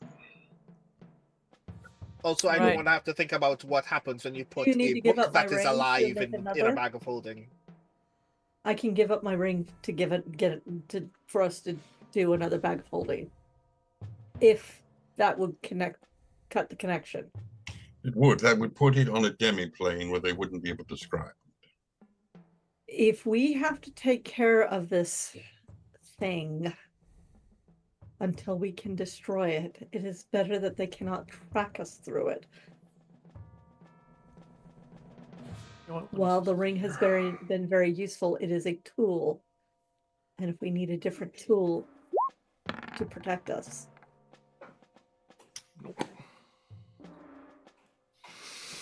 Don't. I mean, we could talk to Mother Johanna and see if she has a better idea. Or Greg, Yeah. is it possible by any means to check how powerful a spell like the spell magic would have to be in order to destroy this book? Wouldn't be able to do it with just dispel magic. I You'd have have to- dispel good and evil, but You'd have to. It essentially is a combination of spells, which includes dispel magic and which includes I think it's protection. It's some version of protection from evil, essentially, combined with ritual religious blessing, and then depending on the level of who enchanted something like this in the first place, a couple of very high level clerics. Now, admittedly, Nisiana is a level 14 cleric. That's pretty freaking high level. But you'd need a couple of you doing this, and it would take probably 24 hours to do that. I mean, so just be aware that it would take a while, and would take a few spells. And as I say, it's a mix of magic and it is still, with all of that, a little dangerous. Now, having said that, I'm not going to say that and it would destroy you utterly. You can destroy things like this, but it does take quite a bit to do it. So yes.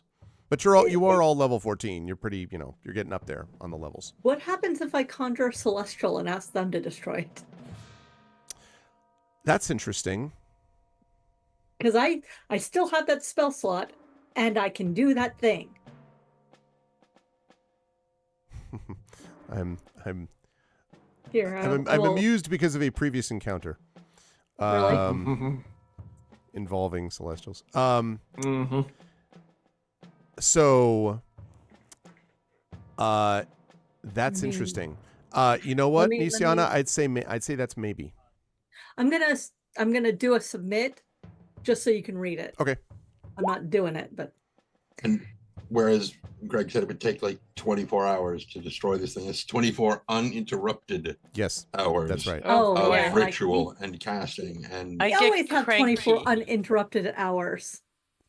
And since this thing is rare, it's build is rare. Tanton could make one of these things, but it would take him probably close to a year without doing anything else, and he would have to have all of the ingredients there and ready to go to make this. You're saying make one of these, right? Yeah, but maybe he may not have access to all of those spells, and just having scrolls of them, he couldn't transfer them from scroll to the book. He wouldn't be able to do that. Well, not in the 2014 rules. In the 2024 rules, yes, he could do that. Okay. So let me take a look just quickly at. Let me just check one thing quickly to see. Basically, we're doing the equivalent of guarding our back trail, because now we have a giant nuclear bomb or the keys to one, and we can't just leave it. So we have to destroy it, banish it, do something with it. Because anybody who scries on it, what they're going to get is Protocol 3 activated. Basically, yes. Which is why I'm I could do that, or I could talk. This Librum of Magic and Flesh is overdue at the Emerald Claw Library. Found, please return to. Or you will face a fine of $1. I can and your immortal soul. Oh, sorry. And ask for assistance. Did you say that last one again? I could send to the Voice of the Flame and ask for assistance, so that, Jella? Kid. The kid we saved. The 11-year-old. Oh, Her. Jayla. Jayla. Yes. J-Lo. No, not J-Lo. Jella could help me destroy this book. It's like, yes. Can I talk to Mother yes. Yes. As soon as you contact her, she replies, but bring it to me. Okay, it's my precious. No, you can. Yeah, suddenly I'm seeing the Lady Galadriel. Instead, you will have a Dark Queen. Yeah, exactly. Beauty. Okay, now, while these Librums are quite rare and powerful, I don't want to actually suggest that they are, world-destroying items. They're not quite at that level. They're not legendary. Yeah, exactly. So there are no Oracle of War, for example. Yeah, no, exactly. None of you thought about that. Why don't you just take it, put it in a room with the Oracle of War, wait for the screaming to stop? No, it should be fine. No, we do not feed the evil artifact to the Oracle of War. Just kidding. But I don't know. I think that's not a bad idea. So I think that's a terrible idea. What I would say, Nisiana, is that the celestial thing is interesting. I would say that it's possible, but that when you summon a celestial, there is an element of randomness a bit to it in terms of the being that you summon is friendly to you and will obey within limits commands.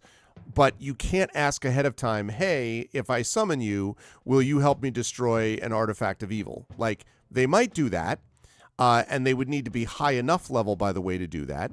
Or they might do something with it like I can take it back with me to my heavenly plane, whereupon it would be obliterated. You might be able to do that, but depending on what you get when you summon the Celestial, they are beings that have some agency. So it is conceivable they might be like, "No, mortal, you must go upon a quest." I mean, like, you don't totally know what they would do. You could also, of course, contact, as you said, you could contact the head of Thrain, the keeper of the Silver Flame, who certainly ought to be high enough level or be connected with those who could do it, or at least could be doing it while you and your party are dealing with the rest of the stuff. Because I also didn't know if you wanted to be hanging out for 24 hours doing this while whatever is going on elsewhere. Well, there's a small issue of how do we get it to her to destroy. Airship. We have the airship. We can throw it on the airship and send it to her? Or Rowan, since he's been there, can teleport us there too? Right? Yeah, Rowan teleport near where you've teleport us. been, correct? I don't know. Rowan is low on magic, though. Well, we sleep first. We're not going to... Okay, folks, we Yes, don't need to do one, I this. would We have to don't sleep, need to and do two- this minute. No, but if we Yes. sleep, It's though... not that urgent. No, but if we sleep, disintegrate would probably work on it. So Rowan could just disintegrate the sucker in the morning. Again, yeah, this is not a thing we Which have is to more tackle. valuable than the alternative, because I'm pretty sure the text of teleport implies I can take all of you or an object where I'm going. Pretty sure you can carry a book and take us. Okay, how about we do this? We finish up here, we rest in the morning. Rowan uses his ability to his improved sunshine and double disintegrates this evil artifact. And if he cannot do it, I will send to Jayla Hello. and ask her for assistance. Does that sound like a plan? Works. That works. Definitely. I mean, we do have a very nice camp here. I do not want to stay in the camp of the Emerald Claw. There are piles of meat and organs over there. Well, Why don't... I was planning on burning those before we left. You may not have a sense of smell, but the rest of us. Why don't Also, we head it's back? probably just generally unwise to stay in a place where we have already confirmed necromantic magical objects have been just laying around for hours. There. Yep, Nisiana points to Rowan and like, that. Why don't we head back and report to Halar and discuss our next steps and where we're going to go after this? We need rest anyways, and the morning will bring hopefully wisdom we currently lack. We have something to carry the artifact with. Actually, I was actually gonna get a cart together with any food they have for the town, the artifact, and also, Arv, you said the lights are coming from these ever-flame like lanterns? Ever-bright lanterns, yes. Some of which are lying on the ground now, but yeah. I'm gonna grab one of those. Okay. I can't see in the dark. Okay. So yeah, but actually the plan was, and it's true, I am gonna actually get the bodies all in a pile and burn at least the victims, those who are left. Okay. If we're taking food back, I am absolutely purifying food and water on the whole thing. I'm sure it's when you say fine. that, when you say that, Alaria looks at you. Oh wait, no, you all actually ate and drank except for Tanton. And You know I what? look at you like, well, you're all fine. That doesn't mean that they That's have, not exactly. The we haven't undead fallen horses, over yet. We might. The undead horses, I'm going to leave. Those can disintegrate naturally because whatever. They probably already are, as a matter of fact. Cool. Okay. I will need a leather sack for the lantern or something to when I want to hide it. Okay. But that is neat, and I will take one because yes. Okay. Absolutely. I'll guesstimate that at like 3 pounds. Are you taking anything else with you? There was the big the trunk large, and also the weird jug thing. Well, the large chest. While everyone was talking, I was kind of rifling through that. Anything of import? There are meticulously folded cloaks and sort of shirts and tunics and things like that in here. My first thought is burn it, but my second thought, glancing at Rowan, is we might be able to use them. Any like high sigil of office or anything that would, hey, I'm a red level emerald cloak or Not a that green you- level or whatever. Not that you find. Obvious. Sigma, Already whatever. ensign uniforms. Yeah. You find a note, Fisher Price, my first Emerald Claw cultist robe. No, That's right. None of that. So then the jug, if I tip it back and forth, does it sound like something's inside? Yes. Doesn't sound liquid. Definitely a liquid. Rattle, rattle, rattle. But you said it didn't radiate as magic. Correct. No, it could be blood. It could be just blood. Is it a thick liquid or? It does seem to be a fairly. It's basically eggnog, is what I'm saying. No, it's delicious. No, it is a sort of. It seems like you hear it, but it's not thin. You would guess it's a kind of viscous liquid, although you'd have to open it to be sure. Yay, blood! I'm so confident that that's blood. And how is it closed? Like wax sealed? Yes. Metal sealed? Just a cork? Wax sealed. Yep. I'm gonna give it to Rowan because I've lost interest. It's nothing I can really have or use or want. So there. So do with it what you will. Maybe it's bone broth for that skeleton guy. You never know. Literal human bone broth. Well, you know. So Rowan now has the jug. Yes. Hilarion. You very patiently asked the question. Why do I have this? Because I do not want it anymore. And someone should open it to verify its contents. But that someone is not going to be me. You can feel free to hand it off to someone else. You do not have to keep it. You're under no obligation.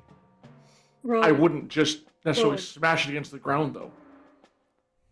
Someone went to a lot of care to preserve what is inside. Perhaps it's useful. I see no purpose for me to have it, though. Besides, I they hold look up the lantern. The jug. I have my lantern. Very brief. Like I look at the jug, and very briefly, I am like so perplexed by that thing. So like I've watched a lot of hypnosis videos, and suffice it to say that there is this like running things among very talented hypnotists, where the easiest way to prime someone to be suggestible is to just hand them something or trigger an otherwise incongruent conversation. So like in this moment, Ilarion hands me the jug, and I am so perplexed by the idea that they went out of their way to tell me they don't need it. Someone can open the thing that I am like just this close to just instinctively opening the jug because I've been ordered to open the jug. Nisiana is not. If he looks like he's coming anywhere near drinking it, she is tackling him. It doesn't sound like he's in the drinking mode. No. I'm like. So I should find out what's in suggestion. The thing, like, right? Oh yeah, that makes perfect sense.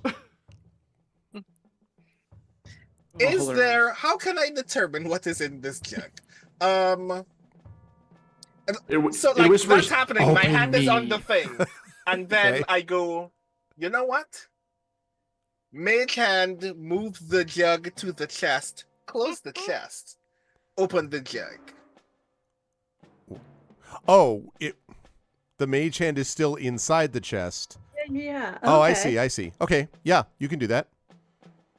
The mage hand opens it. Right. Do things come roiling out? No. Is it full of? Well, I mean, you don't see it because the mage hand is not. You do not see through the mage hand, but nothing comes boiling out of the chest or blows up or anything like that. If it makes you feel better, Rowan, I can't speak with it with my mind.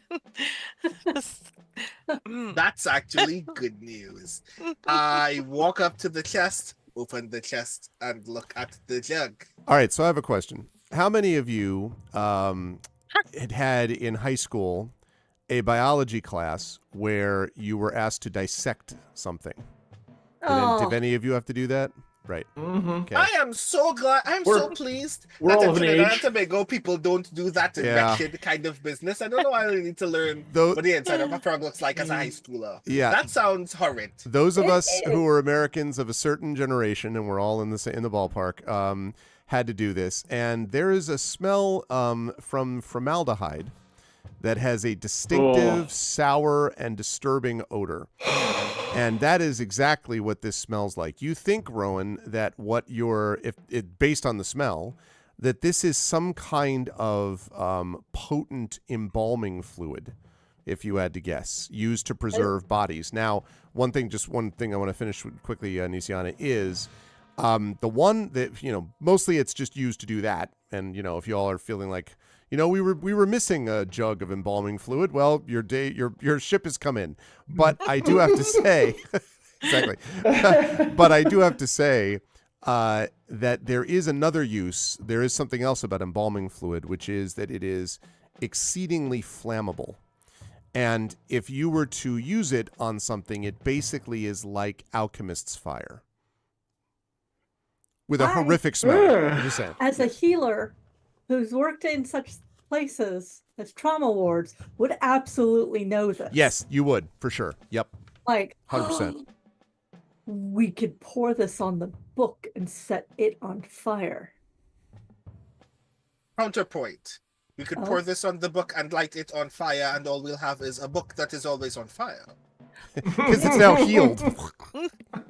No, okay, so if it is what I think it is, the formaldehyde, it is like alchemist's fire. It might overcome the magic or the protections.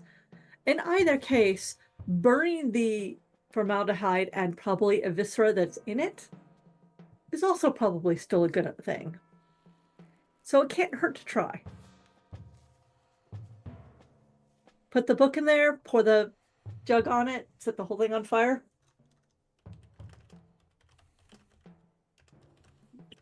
I mean, that sounds like fun to me.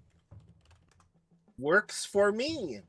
The book is still in the chest. Mm-hmm. Oh, it is. The jug is on top of the book. I firebolt the jug and close the chest. Okay.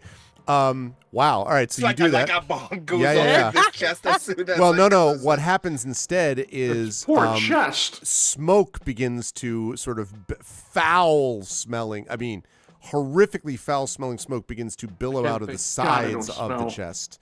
Right. And it smells like burning embalmed skin, which is not great. Prestidigitation. Smell. It now smells like lavender. That is going to be I don't know limits to prestidigitation. I was going to say just under my nose. Then it now smells like nose. burning skin lavender. With just a I cast as a 6th level spell. Yeah, exactly. So it continues to burn, and after a while. And it depends on how long you're just going to look at this, because it probably is about a half hour. This doesn't burn super fast. So after about a half hour, you hear a lot of bloop, bloop, bloop, bloop, bloop, bloop, bloop, like, the sound of bubbling inside the chest. The smoke Given dissipates. it cover 3rd-degree burns. The smoke dissipates. Real quick, Arv, since we're waiting that long, I did want to go in, because I know soldiers and other people, I did want to go in and toss the bedding of all the beds, just to make sure there was nothing, secured in them or anything. There is not. Mm-hmm. Like they're sleeping with their knives under their Hey, one never knows. Exactly. Yeah, no, nothing there. All right. So now it's just this, chest that has a terrible smell. Mage hand open the chest. So what you see inside the chest now is the inside of the chest is largely destroyed. It is scorched. The wood is melted, and you can see that floating. I shouldn't say floating because there's none of it left. It would burn off. Just on the top of the on the bottom of the chest, the jug itself basically is.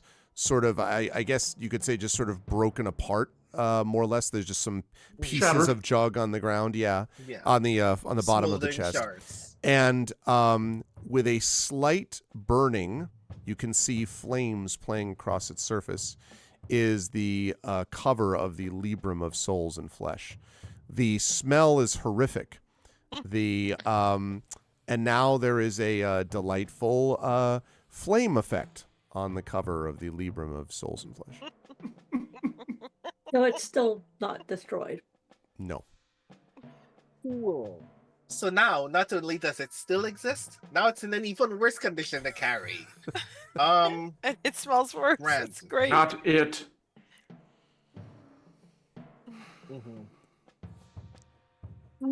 This is pleasant. I've now gone from terribly unwilling to carry this on my own person to very eager to just decide who gets to carry it on their person instead. I We'll can carry it. dimension door that thing right back to where we needed to be in Salvation. We should probably alert Halar before that happens. Are you going to Halar or are you going to Mother Johanna? Who do we like least? We should go to Halar first because he might have Noted. access to other If we people that can. I mean, okay, we're still doing the disintegrate thing to the the universe. I morning. really hope that works. Mhm. But at the same time, we're going to go back to Halar's first. And if the disintegrate doesn't work, then either we do the voices over flame, or Halar might know of people who are able to handle this thing, and we can would pass it be, off to him. It's good training for Halar to stay ready for any surprises, including me popping up in his house with a very stinky necromantic book of Plush book. spells. Exactly. Yeah, it's good for him. He enjoys those surprises. Funny They thing keep him happened alive. on the way to the cultist, Hilar. Does- You'll never guess.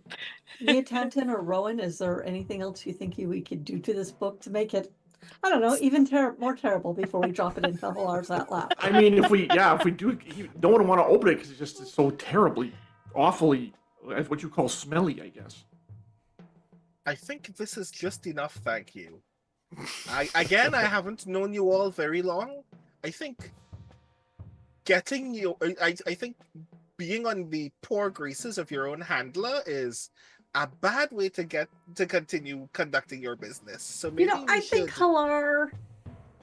Okay, actually, with Halar, I've known Halar a long time.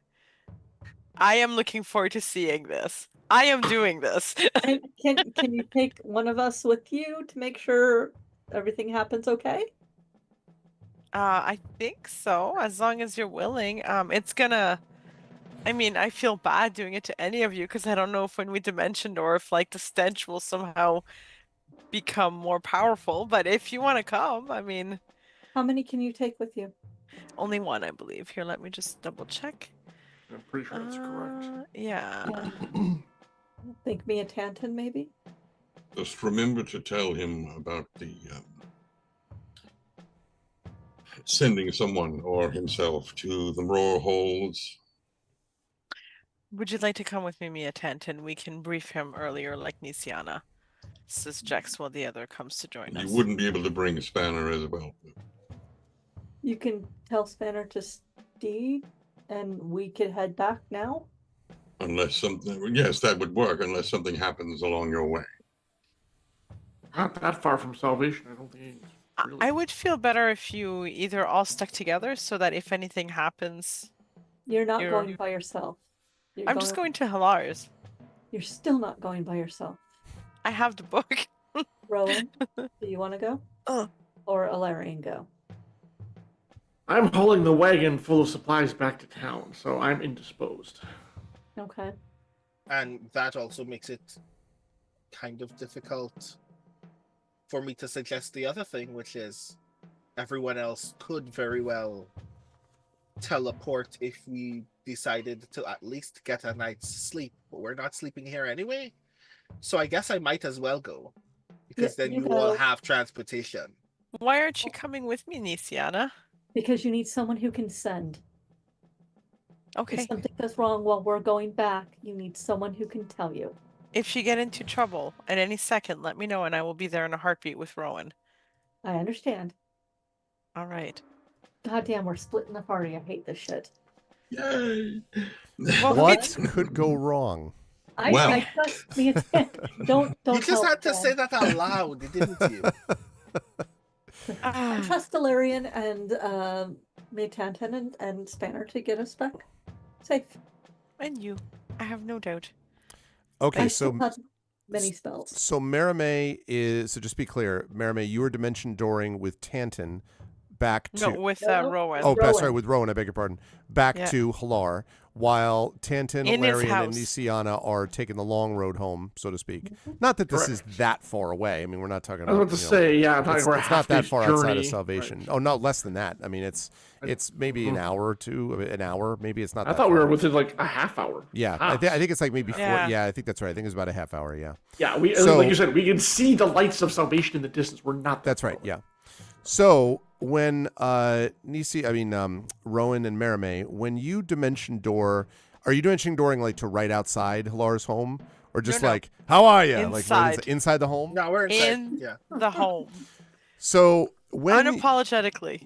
you bamf into the like right into the home, With a smile. The With a smell smile. of brimstone, or Exactly. Because And this thing viscera. stinks.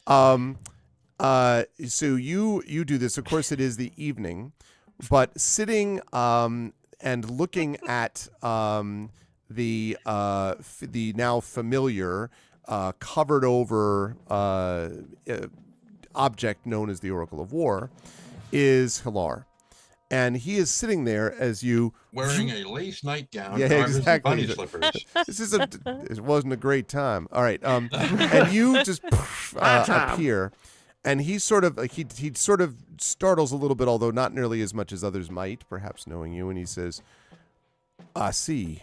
I had expected I might be seeing you soon, and it's good because I wanted to send a message anyway. But this seems a little sudden. Also, where's everyone else? And there's a smell. And What an interesting he's just smell sitting you've back in the- discovered. Yeah. I brought Rowan. We found this this book of magic, and it's necromantic, and we tried to set it on fire and also fireball it several times. It didn't work, but it stinks and it can be scryed. Is there anywhere you can put it until we can destroy it in the morning after Rowan has rested? And so It's like, oh my he kind of stares at you as you're. How are you holding this, by the way? This thing, which is like, are you just carefully. Well, yeah, I'm sure, but like, okay. Do I have Purell? Is there Purell in Yeah. Eberron? No, we haven't invented it yet. So, I need you to make Constitution save, Mermaid. No, you didn't take. Okey-dokey. You didn't put it in a bag first. Why didn't we? I It thought was you in the took- I chest thought- and then we burnt the chest.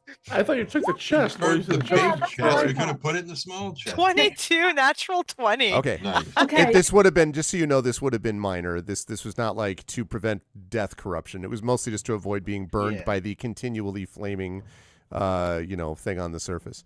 Oh no, I am like too dexterous for that flame. Yeah. So you. Goodbye, my cat. Even my cat couldn't. Is like cat's like, yo, I can't. I gotta. Yeah, yeah. What are you doing? Time to bail out. Okay. So his eyes kind of widen and he says, so you've got this, where did you find, and then he sort of shakes his head and he says, never mind, don't tell me quite yet. He says, I don't know that I have anything specific, although I do have, well, there's one shielded chest that I have here. And he kind of opens it up. He goes over to the side of his, as you may remember, not particularly large house, and opens up the chest, and you can see that it is lead-lined. And he says, that might slow down scrying, although it won't stop it completely. Better than nothing. Rowan, how are you planning to destroy this? I plan on just breaking it down into nothing. And he kind of blinks and then looks at you, Merime. He's like, Disintegrate. But and he sort of nods slowly and he says, I see. And so if you put the book in the chest, then he will. I do. Okay, so he'll close it and the scent dissipates considerably. And But that chest is gonna stink forever. yeah, exactly. He says, and he turns around and he says, I suppose, do I want to know exactly where it is that you found this in the first place? It was the scholars we went to meet. Turns out they were Emerald Claw, so we killed them. And he nods. He's like, I was worried about that. That was the thing I was going to send the message about. You see, and then from underneath the cloth, that is covering the Oracle of War. The cloth kind of literally like as if it's been like a puff of air has blown it up, and then it just slides down.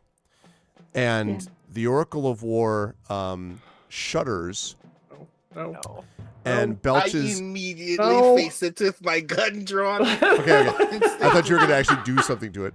Okay. And belches a plume of multicolored smoke.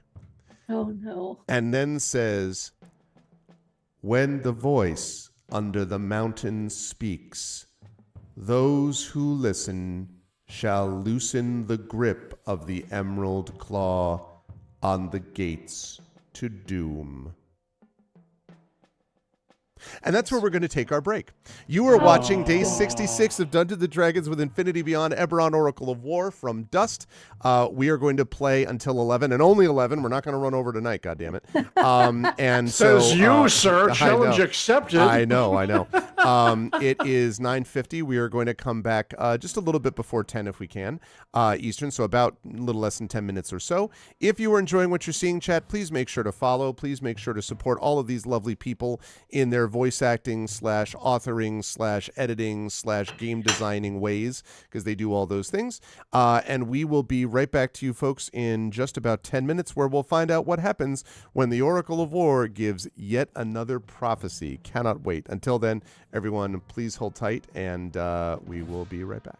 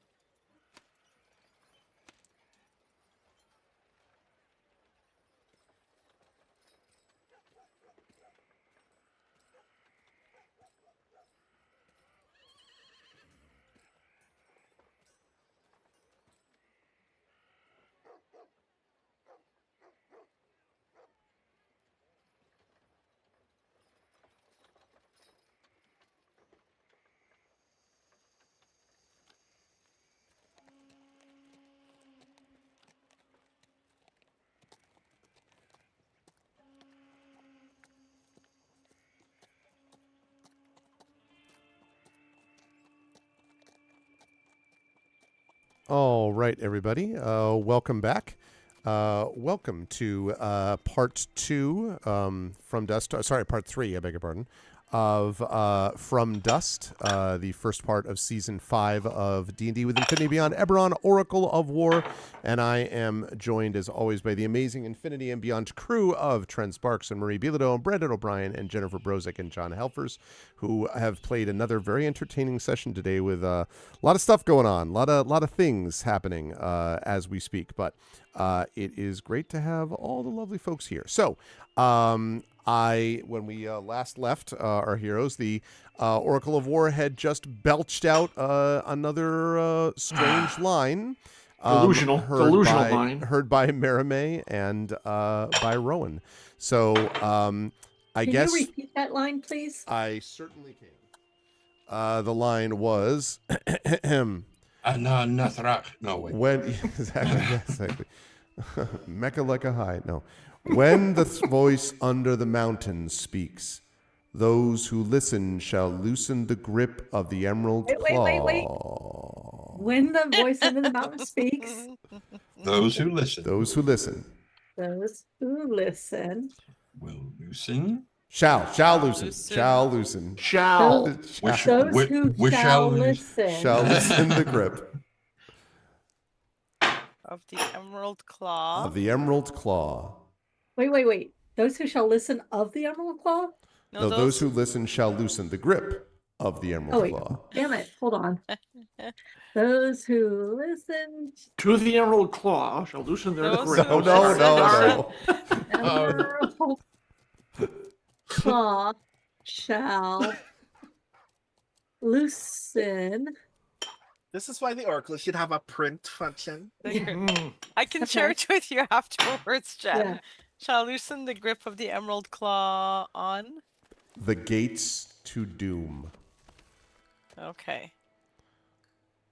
Protocol 5 activate. So no, Okay. let's not do that. All right. I totally got this wrong. Let me hold on. Do you want me to share you mine, or are you okay? Okay. Let me. When the voice under the mountain speaks, those who listen shall. Loosen the grip of the Emerald Claw on the gates of doom. Gates to doom. To doom. Oh, yeah, I wrote that. I just didn't write it right. To the. Damn it. Okay. Those who listen. Oh, why am I not getting this right? Okay. Exactly that in passion.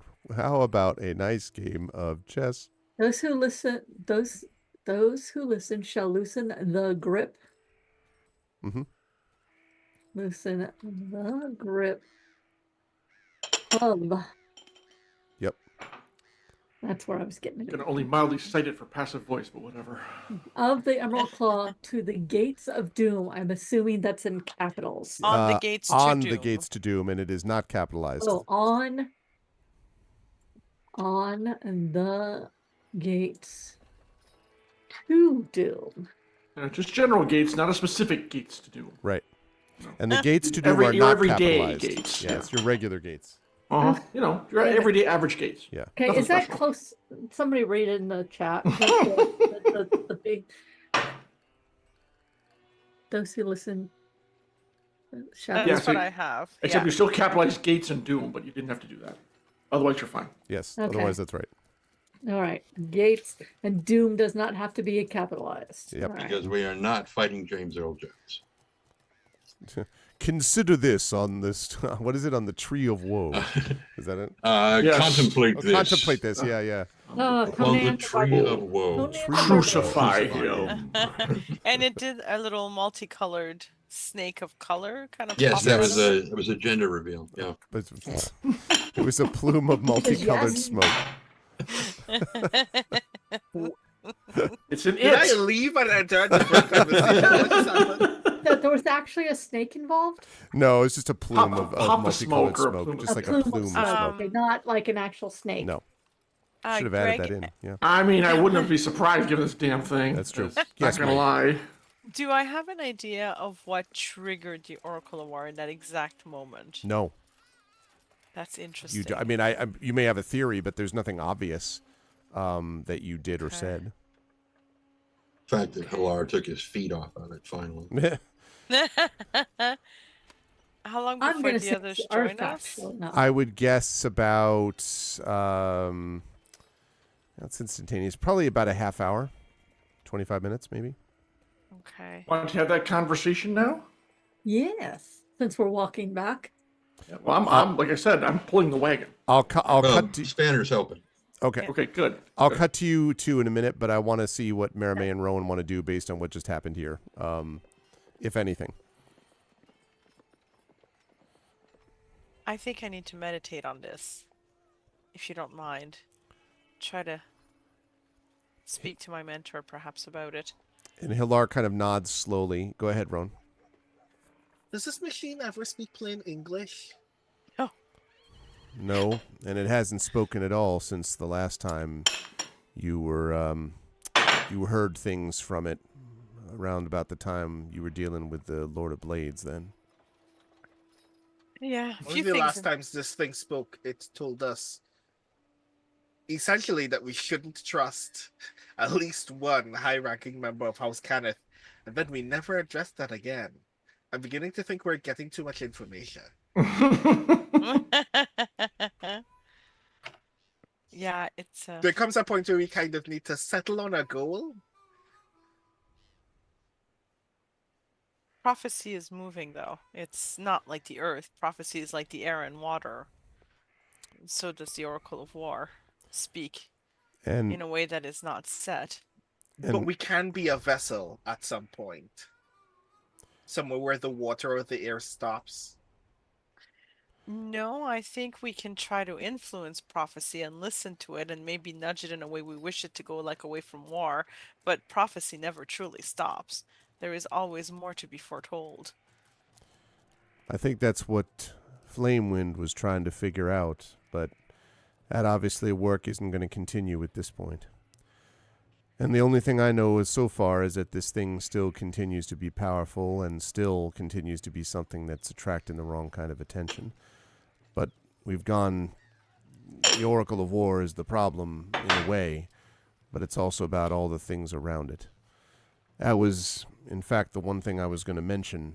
That was that there's been some discussion of what was going to happen as the nations start to negotiate.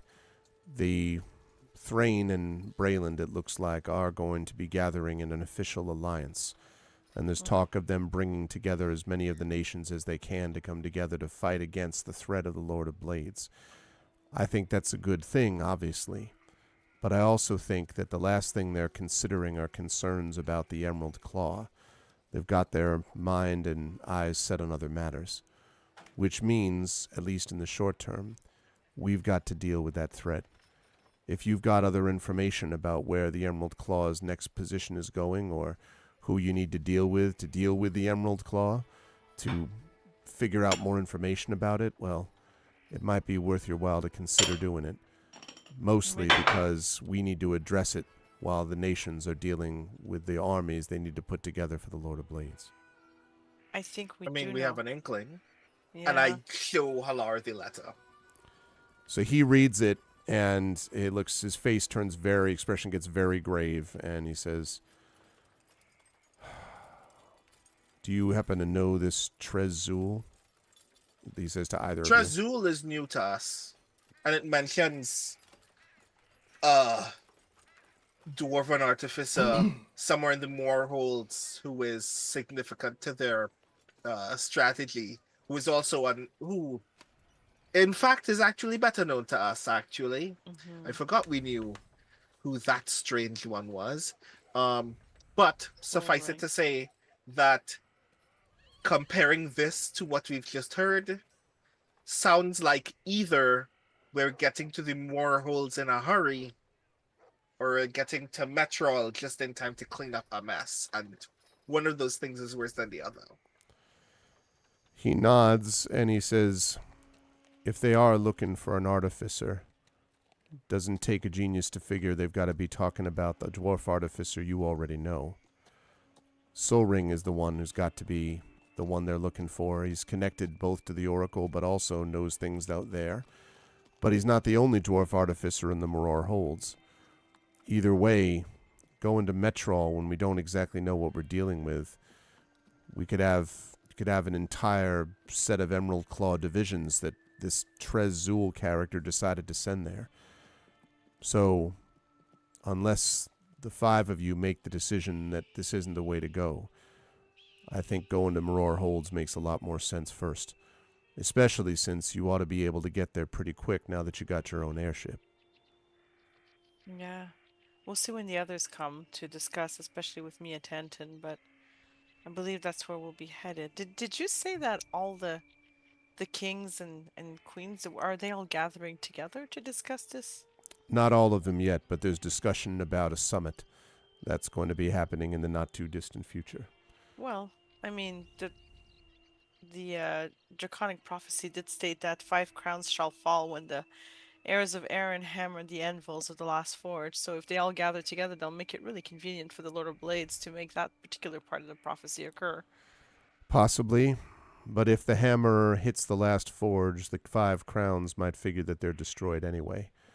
What you've managed, the stone fire has shaken everybody up for obvious reasons. There's a great deal of suspicion, but thanks to your work, there's also a belief that now there's a much greater threat than any of the 5 nations are to each other. And nothing unifies the 5 nations together than the thought that some other force is bigger than all of them. If only we had some big force to fight all the time, they'd be getting along just fine while preparing for war. And he kind of shakes his head and smiles ruefully, and he says, "But you already know the drill on that. Either way, it sounds to me like we got a lot of stuff going at the same time. But going to Metrol, if you do go to the Maror Holds, and you do decide eventually you've got to go on to Metrol," he sort of pauses and he says, You know about where Tanton's from, yes? Mm-hmm. Wait, what's this?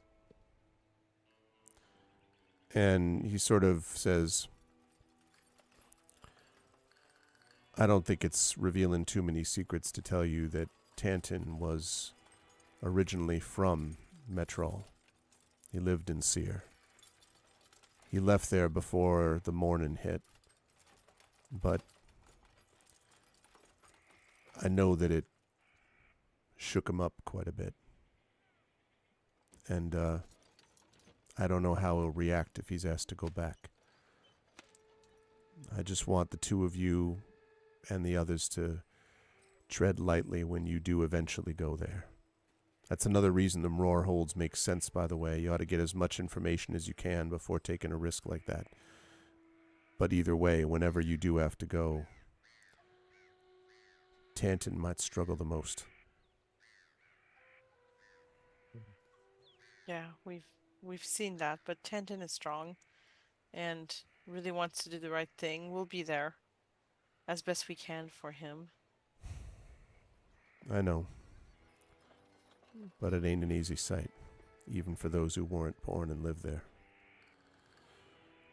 And he sighs. In the meantime, making your way down from the camp, Alarian and Nisiana with Tanton and Spanner. Alarian pulling the wagon with Spanner, I believe. You have an opportunity to talk a little bit briefly, if you like. Remembering that your mic is muted, John. And mine. Mine was. Yep. I was like, Before we leave, we make sure to get all of the papers from the command tent. Okay. One thing that I can tell you just before you go on, which you don't need sort of special training to know, is that a lot of these papers that you see are ripped pages from what look like research or reference books that relate to the history of Metrol and the fall of the Dakani Empire. Right. However, the torn pages, at least one of them, says it must have been a page that was like opposite the frontispiece of the book, which said property of Moorgrave University. That's what I was thinking. Moorgrave University is missing a lot of pages of stuff. We are definitely going to have to return that to them. Yep. Good stuff. Yeah. I mean, their cover was pretty good, all things considered, except for the undead horses and the bone beast and whatever else. Yeah. Yes, and the fact that the person that they said was in charge of things never responded to me. And if I ever find that person, I will have a word with him about how they should at least respond with, I have no idea what you're talking about. Indeed. I'm sorry, the academic you're trying to reach is currently away from their office. Please leave a message. Because that was... Well, I mean, Illyrian nods. It still says, I mean, we did figure it out, but well, true, maybe true. maybe thought, but some academics need to be taught some things.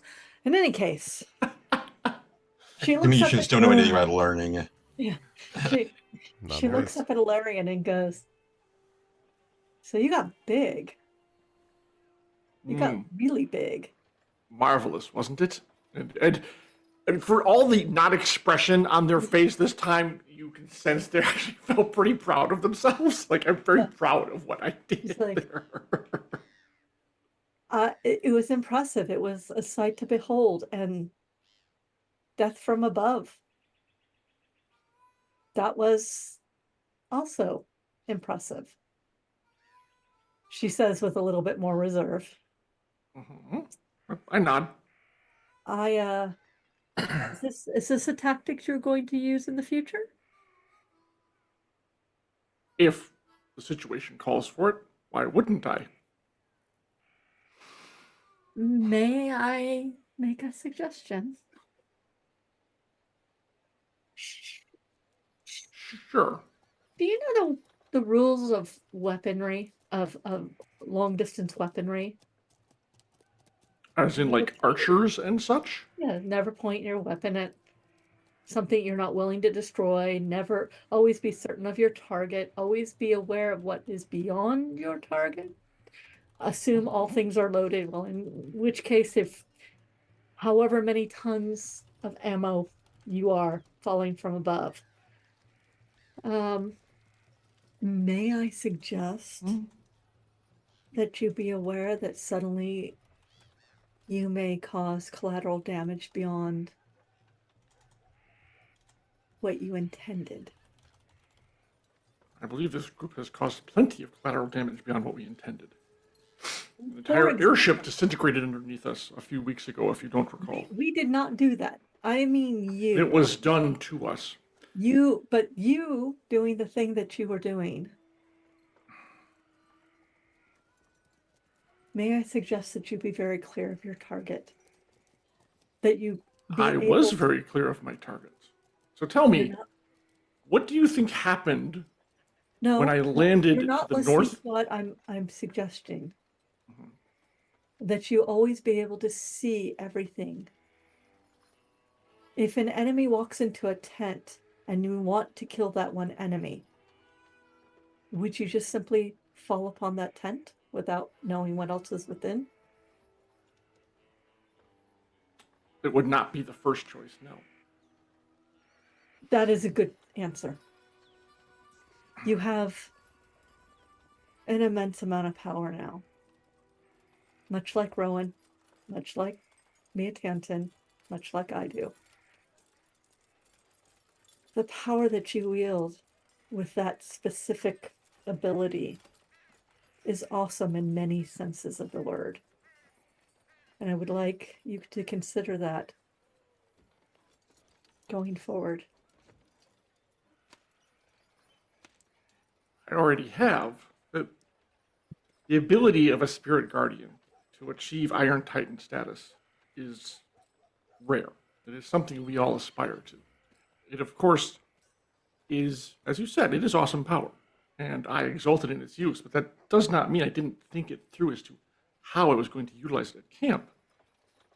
When I landed where I landed, and I knew precisely where I was landing and who I was landing on, it was to cause the maximum distraction as possible. To let you all enter the camp from the opposite direction and take them by surprise. Tactically, it was the best move to make. And what if I am familiar with my limits in this Yes. ability. But what if there were, say, a single hostage within that group? A single what? Hostage. A single child tied up to be a sacrifice.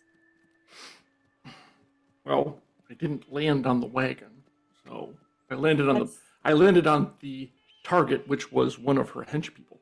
That's not the question. The question You are stating it as if I damaged the wagon, which did not happen. I am So I'm a giving little you confused as hypothetical. to why you are critiquing my tactical choice. Because And the scenario you have laid in front of me was not a thing. but it might be in the future. And if it is, and I'm aware of it, such as, like, if the child was in a box, none of us would know. So therefore, and if they smashed the box to smash the child would be dead. Now, that is a tragedy, don't get me wrong. I could not do anything about that at the time because I have no idea of what is inside the box. For example, I didn't really expect there to be zombies in the box, to be honest. That, I thought they were just normal supplies. But I always adapt my tactics for myself and the group to the scenario we are approaching. And I do if not our main target charge in willy-nilly. is someone who walks into a tent that has a sacrifice in it and you know it, what do you think you will do? I would confer with others who are much more stealthy than me and figure out a way to incapacitate them or hopefully rescue the hostage before we have to take the person out. Okay. These questions are very strange, Nisiana. You know I am not a blunt instrument, a cudgel that goes around smashing things. Why are you asking me these? I ask because you became Again, death it was from a above. distraction I to lure them to me so you all could enter the camp without being attacked. That is a known military tactic. There was a Yes. very good reason why I did that the way I did it. Why do you feel so defensive? Because you seem to think that I am just, once I got this form, I was just going to run around like what you humans call a toddler, smashing whatever's in sight, like I had no control over it. It's like we've traveled all this time, yet now that I have this ability, you suddenly don't trust me anymore. I find didn't that say I odd. didn't trust you. I was curious about how you would react. Your questions seem to indicate otherwise. We are at a point in our existence, in our journey, where what we do matters more than ever in this life. Ever. Maybe not for you, but maybe for someone as short-lived as I am. I have never seen you do the thing that you have done before. Therefore, I ask the questions that I need to ask. Do you fault me for this? Not entirely, but again, you have seen me in action both in combat and interactions with other of your kind, and I extend that to everything. And yes, this is new. You're correct, but I've had other new actions, and you haven't felt the need to question me on any of those. So it just comes across as a little strange that now you feel is the time to bring this up. I am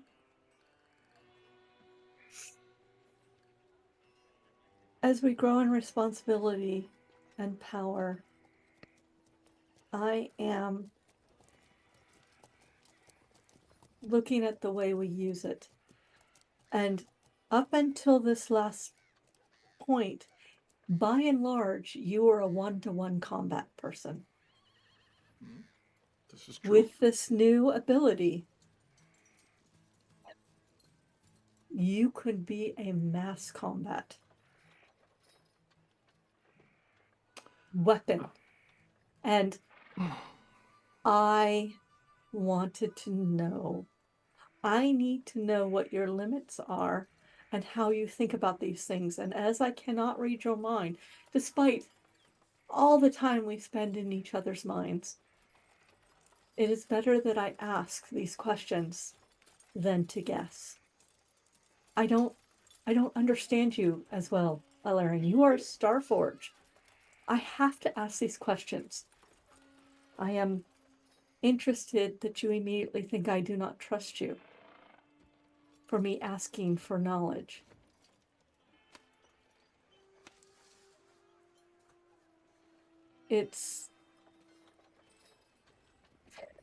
We all dance upon the knives. We are all killers. We kill in one way or another. And I, as a cleric of life, an adherent to Eberron, I'm looking to see what I am supporting.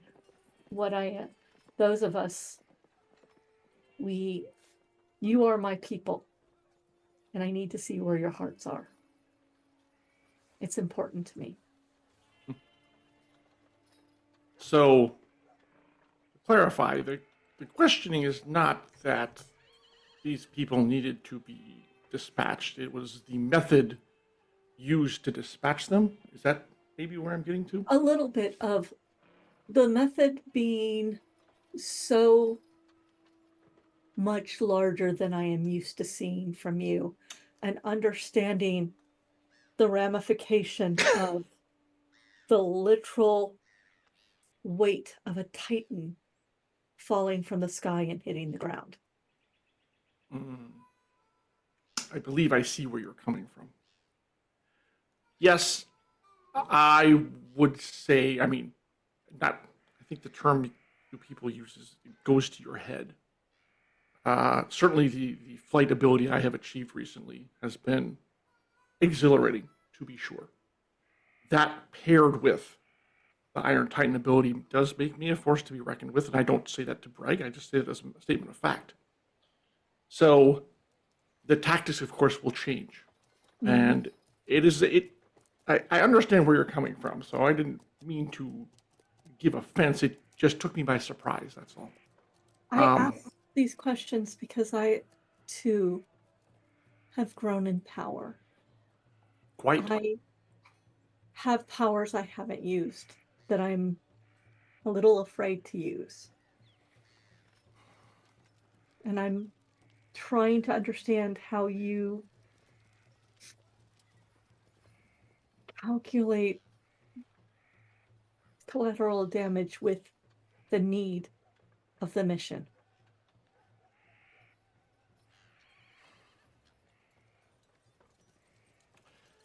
In the previous situation, you hypothesized that of there being a hostage, say in the tent or even in the wagon. True.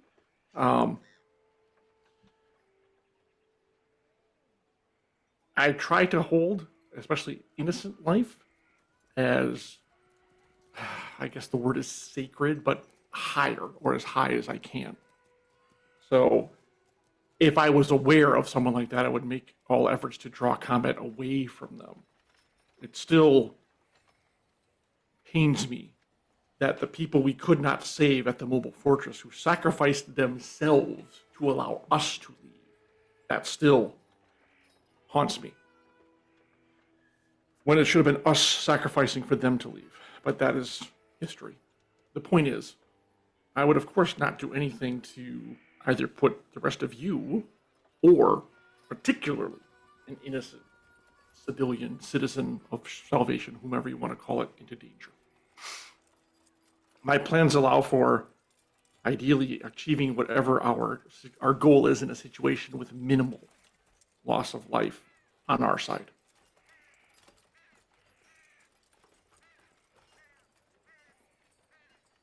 Would you take an innocent life if it was for the greater good? Define what the greater good is. If the whole of the continent was at stake? Not even the whole of salvation were at stake. Salvation is a number and a place that we can hold in our hand.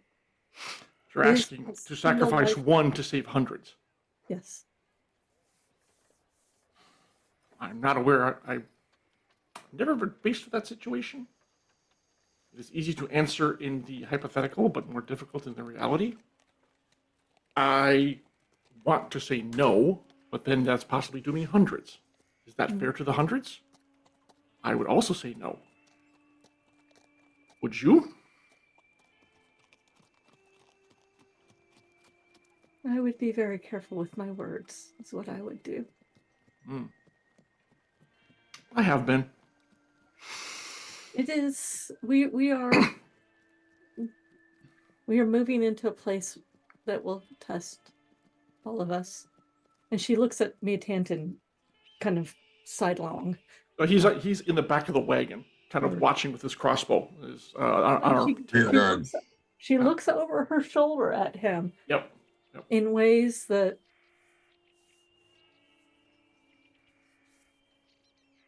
may hurt our hearts as well as our souls. And I am aware that that is coming, and I am working to deal with that. I suppose it is good to think about these things before encountering them, so as not to be taken by surprise. I know what's happening to me when I die, but that doesn't mean that I want others to die.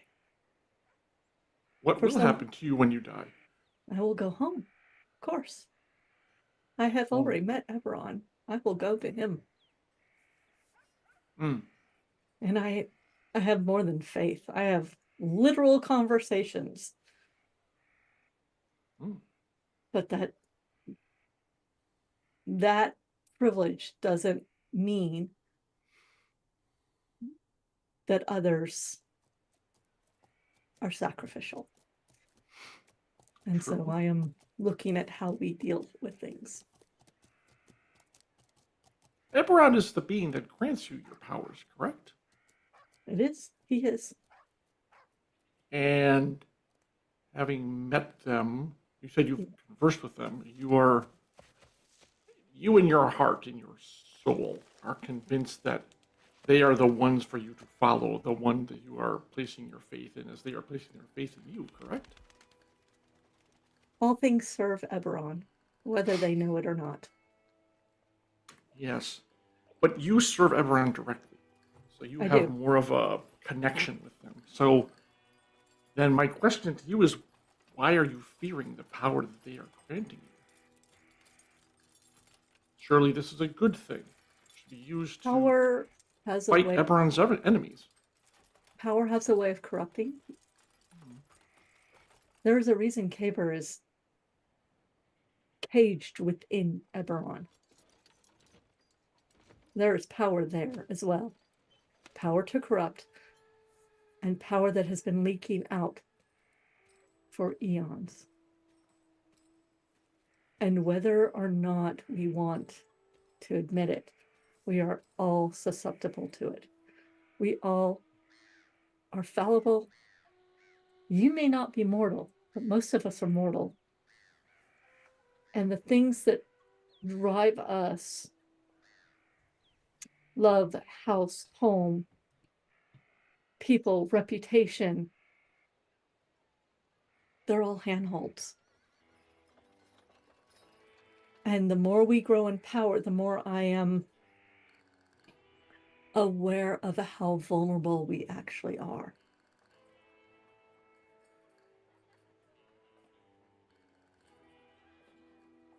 This is why I ask these questions. And they are worth asking and answering, for certain. And I will tell you right now, every fiber of my being wants to send to my sister to find out if everything is okay. And I have to trust that she and Rowan are okay right now. Everything happened just fine, and nothing has gone wrong. I still fear. I nod toward the town like, well, I don't see any huge plumes of smoke yet, so I'm assuming everything's fine. It's not on fire yet. Yet, being the operative phrase, knowing your sister. But you grant her, in your knowledge of her, of course, you grant that she is a capable person, able to carry out the task she has been tasked with, of course. Even though, of course, what another part of you worries constantly over her. And that worry actually is one of my vulnerabilities, and I'm aware of that. And you should be aware of it too. I thank you for sharing that. I am concerned about all of you, of course. Not to the degree that you have with your sister, because it is a different relationship, obviously. But I tend to charge myself with a certain degree of care for all of you when possible. You are the field. I try to be, and now that I have a much better one, You are the tank. I should on their back. The shield works. That was the other thing, of course. The entrance I made in the camp was to be the target, to draw them to me, to have them focus their power on me. I would have gladly taken on the mage, the bone knight, the zombies, everything, to allow all of you to do what you needed to do. It's my role. And I don't necessarily relish it because it still hurts, but I take it on gladly because that is what I do best in this group. Then I have a request for you. Mm-hmm. Watch Rowan's heart. Guard it.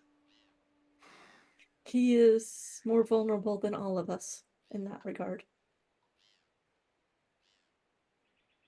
Are you asking me this? I am telling you, he doesn't trust himself. Of course.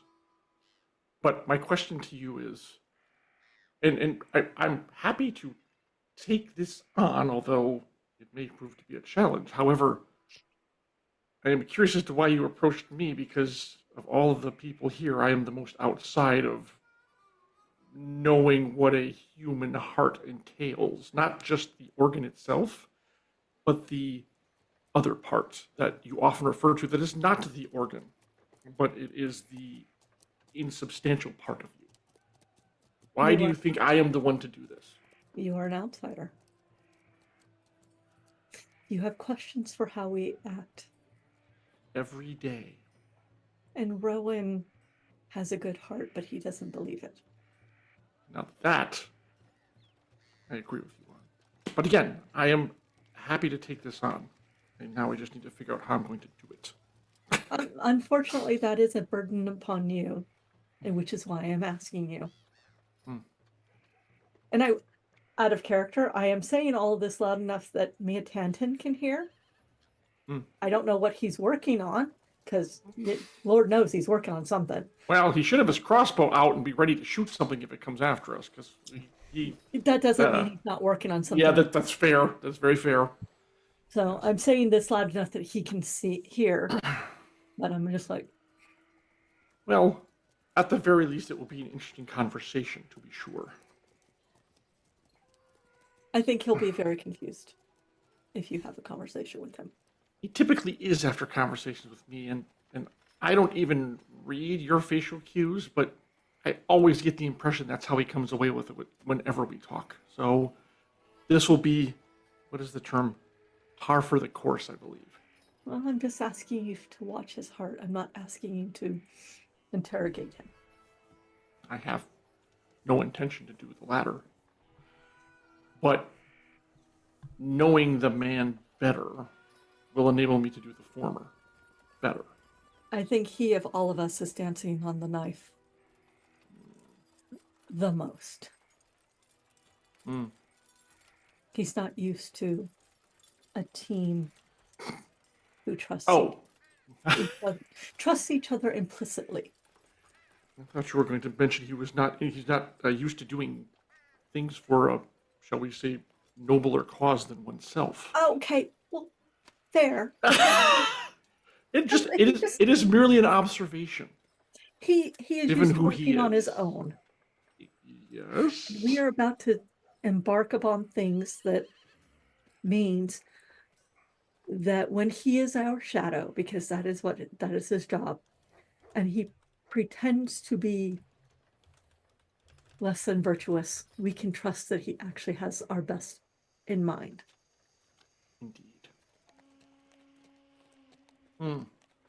Actually.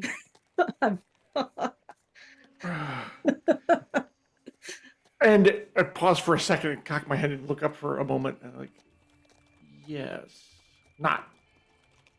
yes, that is the approach I will use. Not quite so bluntly, of course, but I have a thought. Okay. Thank you. Quite. I appreciate it. It is, once again, it is good that we've had this talk. And again, I'm looking forward to see smoke coming from Salvation because I am still not certain that has happened. Were you, so I was pulling the wagon, were you like walking beside me? Yeah, pretty much. Or if necessary, I mean, I can ride your shoulder or whatever. That's but what I thought. Well, after a mostly while, I would probably pick you up so we could talk more easily. Because you're all the way down there and I'm all the way up here. So, yeah. And then, so that way you could also see the town better in case there is a plume of smoke coming up. Well, I like the idea that you, right. you finish that conversation and then there's just a like as just like this mushroom cloud goes like, God damn it. Oh God! And then Maybe suddenly we're all pointing like racing to Salvation. Yeah, exactly. Maybe And me Mary's- pointing to Rowan. It was him. It was him. Yeah, exactly. It was like this when we got here. I would say that was obviously that conversation was continuing as you had been discussing things, yes. as Rowan and Merime had been chatting things up with Hilar, so that when you arrive back in Salvation and you head to Hilar's, when you knock on the door and come in, you can see several things. A very serious looking Hilar, who does greet you, obviously, but I don't know if Merime and Rowan are troubled or just sort of, in their usual states. That's up to them. But you notice that the Oracle of War has been covered over again, but is, I would say probably that Rowan and Merime. Well, I shouldn't assume. I'm wondering if either of you have been side-eyeing the Oracle, I guess is what I'm asking. In a way that might be noticeable. Go ahead, Ron. The entire time. Yeah, okay. That's what I figured. All right. I do not like or trust the Oracle. I had a feeling, so. Yeah. I have made my insight check and something has definitely happened. Yeah, fair enough. I'm trying to Yes. connect, think if I can interpret the dream more, or if I can connect anything with what I've dreamt of recently. Like I'm feeling the pressure of Flamewind is not here to interpret the prophecies, and I am the next best thing. Yeah, and I actually think I would like from you, Merime. To just give me something because I'm so nice. No, but I promise actually I won't tell you any more personal stories. Not with that story you told in the game room. Yeah, exactly. You've given up all of no. I would like. I'd like a wisdom check from you, but I am going to give you advantage on this, Merime. Oh, thank you. Your Kalashtar heritage and what you're doing is having an effect on this. Okay. Wisdom check. Ah, it's vanished. You all vanished. Looks like is that a 16? 16? 16. Okay. Yep. See it over. So the thing that is striking to you about this prediction, or whatever, as you know, this is not the way that the Oracle was originally constructed to work. But you also know, having talked to Sol Ring before about it, that the Oracle has been through something when it was sitting in the gray for a while, and that screws things up, and also that something about it was sort of infused with knowledge about. It was always going to end up doing more than just its stated purpose, basically. And so the voice under the mountain, the assumption has to be the mountains that you are most familiar with has to be the Maror Holds and the Ironroot Mountains that are associated with them. So it's a pretty good guess that there's something associated with that. And since Rowan did then, read the letter to all of you, so you already know the stuff about they're going to the Maror Holds to find out what's going on under Metrol and the blah, blah, blah, blah, blah. You can put two and two together and assume that there is something, a voice, a prophecy, a moment of destiny, which might await you based upon who you're listening to. Now, whom you're listening to, and I don't remember actually if Tanton told everyone in the group, or did you, Tanton? mention what you had discovered about the sigil and all that stuff? Did you relay all of that to everybody, or? Yeah. Okay, you did, right? So then you would certainly be aware. It doesn't take much to put two and two together and not assume that this doesn't involve a voice under the mountain that could very well refer to Spinweave. I will say, Maramé, that it is striking how specific this prophecy is, because previous prophecies have been more generalized and sort of making references to blue and like maybe that refers to sky blue and, all these things. And Flamewind, that's why there was this whole like cottage industry and like interpreting the Draconic prophecy, right? This was much more specific than previous predictions have been. On the other hand, the Oracle has been operating while unpredictably. There is sort of a consistency to the fact that it is associated with your journey at this point in some way. So put all that together, it sounds like the same thing that was being referred to in the letters that you discovered and the information that you discussed about what maybe something like Spinweave or creatures like that might be. Okay, perfect. That's what I'd figured. So that sounds good. Thank you. So I'll let Rowan scream his Mia Tantan, if that is what Rowan starts to do. Well, have you guys informed us what was said? We just got here, so yeah. And Halar, and now we don't even really know what's going on, other than something happened, and Galarian's about to ask, "How much did you tell him? How much do you know?" Etc. Etc. Etc. Yeah, Halar will say something unless Rowan is going to jump in first and say something. About so there's some stuff going down, but you don't have to. I'm just noting it because. No, yeah, I let Halar start. Okay, so Halar says, so I already heard a little bit about the encounter that you had at the camp. Good work. Not that I'm surprised, but it means that we may have a little more pressure on us than we had hoped. When Maramé and Rowan got done talking to me about what happened there at the camp, and then Rowan showed me the letter. I think it was Rowan showed me the letter and found out about this Truzel and all that. Well, my information has to do with the fact that the armies are coming together to fight the Lord of Blades, which means anything dealing with the Emerald Claw, I think, has got to be under our purview. At least while the Lord of Blades and those are being dealt with by the armies. While they're gathering together, the threat to us is the Emerald Claw, and I don't think they take it seriously as we do. In the midst of that, and he points at the Oracle, that thing comes out and gave us another line of prophecy. This one having to do with something about a voice under the mountains. And based on what the letter says, and what apparently you all heard already, doesn't take too much of a genius to figure out that it's referring to the same thing. Whether it's good or bad that the Oracle's telling us that, he shrugs. I'm not sure that I know anymore. But it would loosen, the prophecy says that it would loosen the grip of the Emerald Claw on the Gates of Doom. I think from what you told us, Mia Tantan, that it might be referring to Spinweave.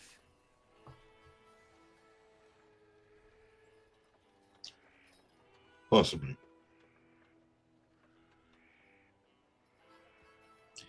She knows everything. She?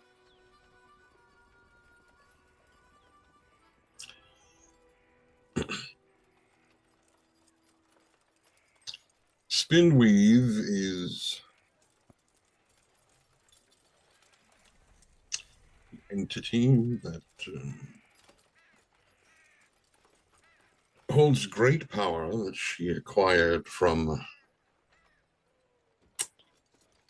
consuming great many powerful sages, though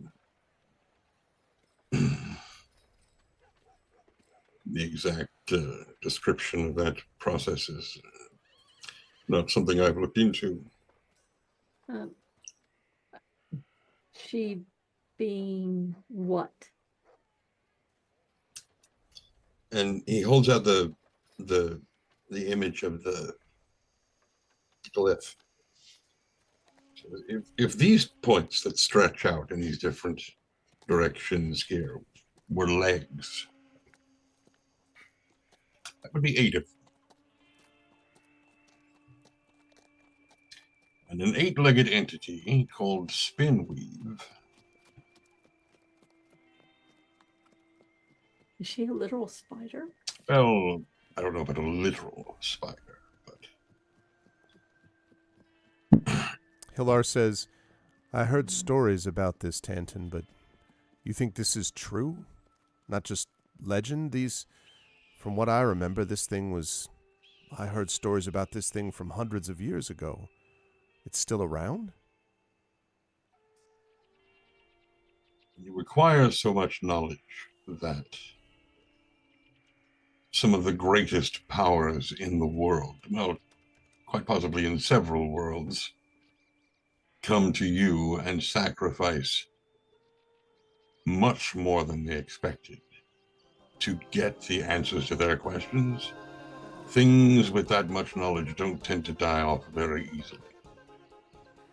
There was a point where Master Koth, between safari trips, had talked about possibly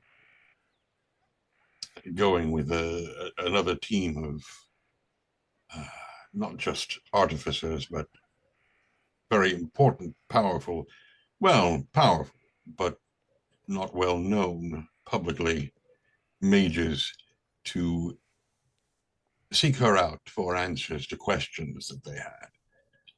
And this was before I started working there.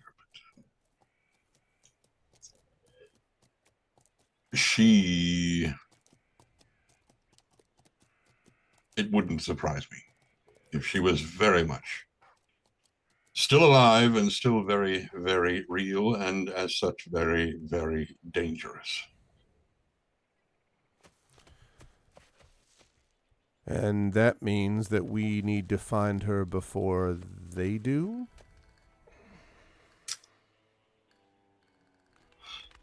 What are we willing to lose? And at that moment, he just kind of glances over at Nisiana. What are we willing to sacrifice to achieve the goal? That is always the question.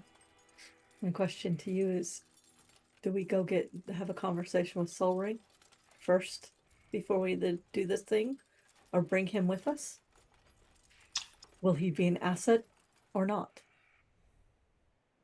I would definitely like to speak with him first. He's from that area. I've never been there,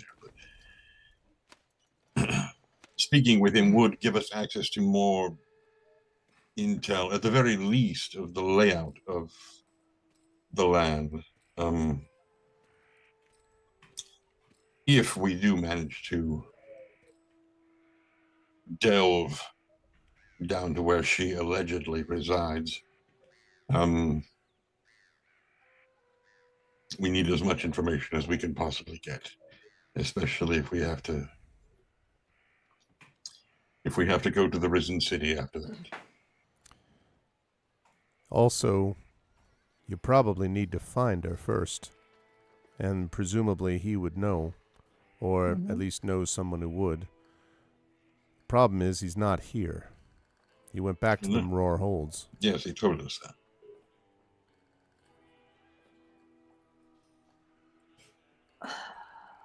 I think before we do anything, we need to talk to Soul Ring. I would agree.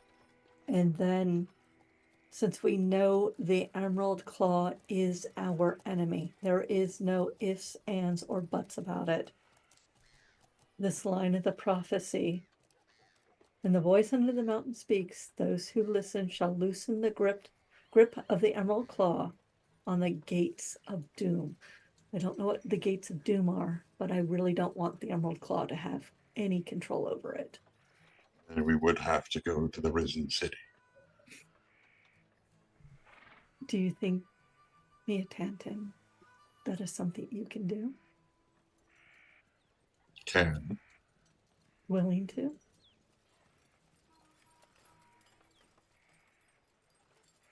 Have it.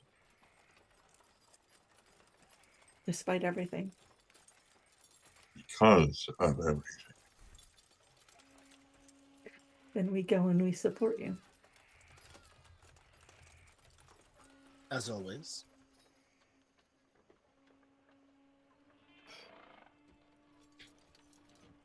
And he looks down at the table where he has put the papers down. And the top sheet of paper is the map of Metrol, the Risen City. And he points to one small section of it. But I will not go there. I look and I make a very big point of what this point places that he won't go to. What is Same. that? I am trying to memorize it in my brain. Same. Is it labeled? No, but it's clearly residential based on the map. Okay. Based on that, I will focus in not. I'm going to assume this is his residential home or his family home, and hope like hell we don't have to go there. These, and he points at these kind of almost like star shapes on the map. These are actually very large stone columns that probably stick up to about here, that have vast segments of the upper crust populace of the city, the wealthiest of people live there on top of these towers of stone.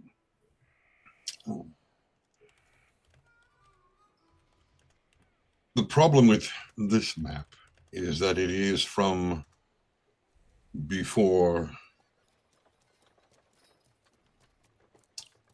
20 Olaroon. And he stops for a minute and he looks at Halar. Isn't the anniversary of the Treaty of Thronehold coming up? He nods. Yes, not long.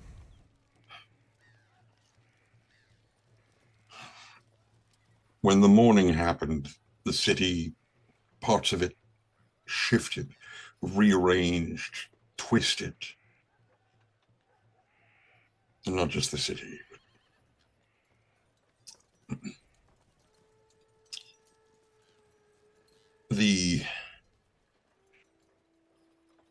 From what I have heard, the entities that live there are generally worse at night. Far, far worse at night. During the day, we could potentially move about without too much risk. But if these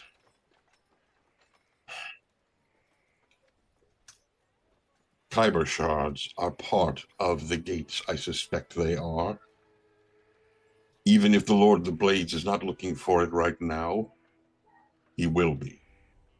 So this deal with the Emerald Claw is maybe something people might consider a side quest, but it will fold back into the main thrust of what we have to do. And Halar nods and says, especially since the Emerald Claw has already been working with the Lord of Blades before. And so he raises an eyebrow and he says, so it sounds like you're thinking Roar Holes and Soul Ring, Spinweave, maybe. And then and his eyes sort of like drift down to the map. Metrol. The advantage is that we'd be on the proper side. From Roarhold, it's just a trip directly south. We don't have to cross the entirety of the morning. Metrol is on that side anyway. But you'll want to take the airship around the Mornland rather than go through it. Or Even over over it. he says, well, I think there's one thing that can be said for sure. Whether or not they think they know what they've got in front of them, I know what I have in front of me. You all know by now your own worth. And what you possess, they do not have. The Emerald Claw and the Lord of Blades may be allies of convenience. They are not friends bound by blood. That gives us an advantage they can never possess. Don't forget it.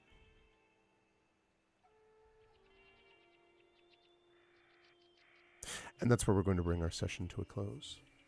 Because next up, it sounds like, more holds, maybe Spinweave, maybe Metrol, maybe stuff, maybe Kurt. Hey, we gotta get there first. Yeah, you got one step at a time. First, you got to arrive. Exactly. You gotta find Speak to the Soul ear Ring again. and bring some information out of Oh him. yeah. Yeah. Yep. Soul Ring is That's right. absolutely the first part. That's right. First, the favorite part of that, I think, has to do with the Tren's line, Tantan's line there, where Nisian is like, you would do that in spite of everything, and he's like, I do that because of everything. I was like, hell yeah, let's go. That's what this group is about.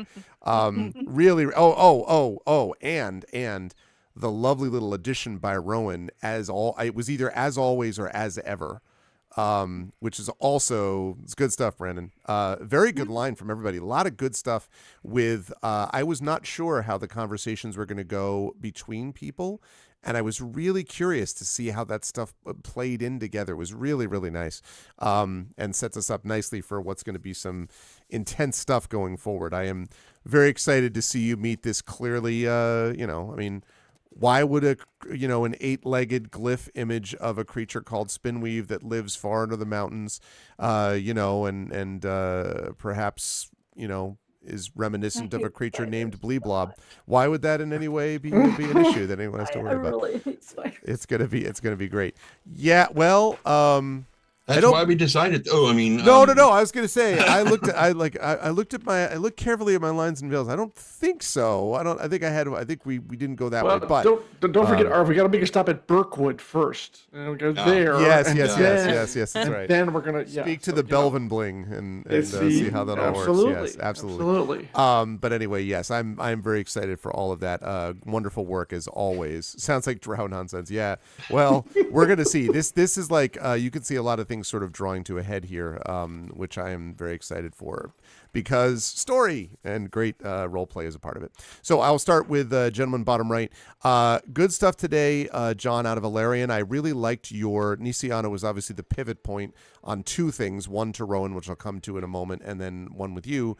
And your reaction was interesting because it did start as a sort of Valerian themselves was a little bit, defensive about it until Nisiana sort of rendered it as you were a one-on-one person that's now doing like mass attack stuff.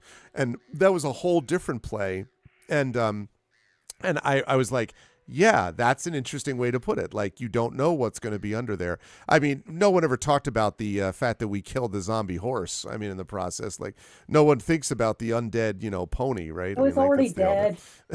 So, but anyway, it's very interesting to sort of see that. And I did think it was interesting that Ilarion almost acknowledged a little bit of not wanting to become sort of drunk on not power, but drunk on the achievement of being able to become an Iron Titan, which is something which, as you said, the Starforged sort of look up to directly. So I thought that was really interesting, and sets up for some interesting things the next time you all get into combat.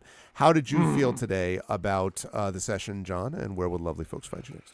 Oh, it was very fun as always. Yeah, that conversation was really interesting. I mean, even though I knew it was coming, I myself wasn't sure how Larian was going to act. And that seems very weird because I'm controlling the character, but at the same time, and then in the moment, I was like, well, wait a minute. For a long time, I feel Nisiana and Larian have been in pretty much lockstep. Mm-hmm. So the fact that she's now in their mind suddenly kind of coming at them about this, but it, as usual, she brings up very good points to think about. It's, and they were caught off guard. So yes, it was a little defensive at the first part. It's like, I'm a warrior, I can take care of this, da da da da da. But as the conversation progressed, and she laid more of her reasoning out to them, then it became something that's like, oh, this is not an academic thing, or she's not coming at me because she doesn't trust him, but she wants to know how they will best utilize that power, which is a fascinating conversation because Ilarion thinks of her certainly a very powerful cleric, but always as a cleric first, always as the healing aspect first.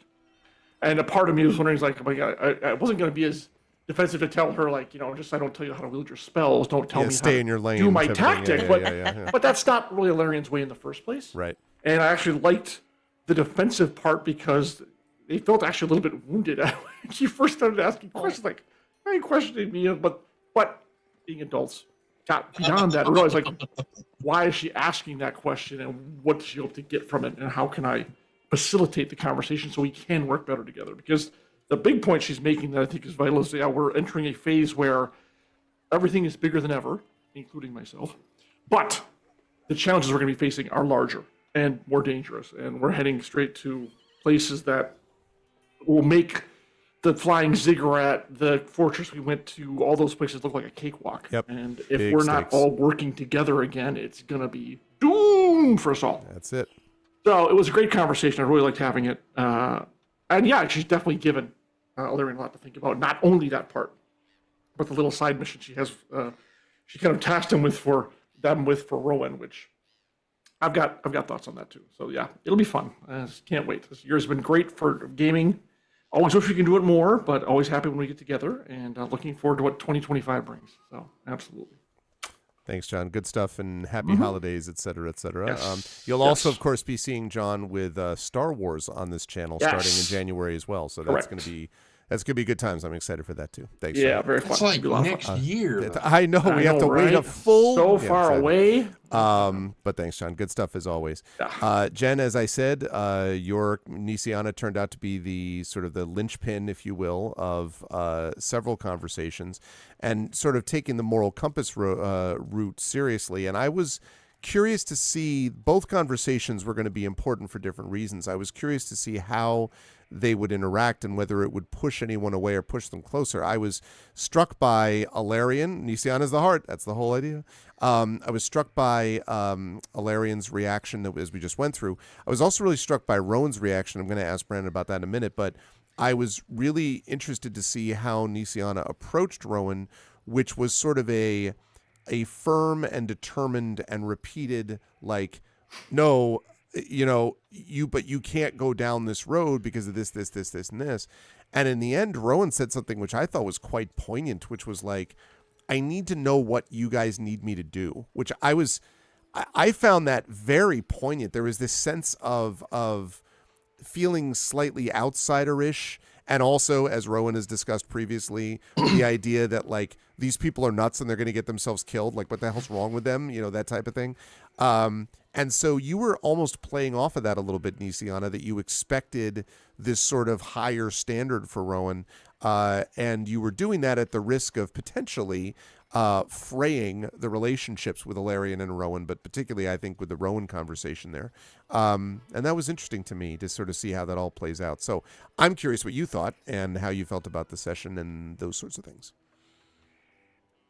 So in the replay, the thing that stuck out, and I watched it thinking in Nisiana's point of view, we are definitely all killers, and the Rowan the Disintegrator is really cool. Actually, I'm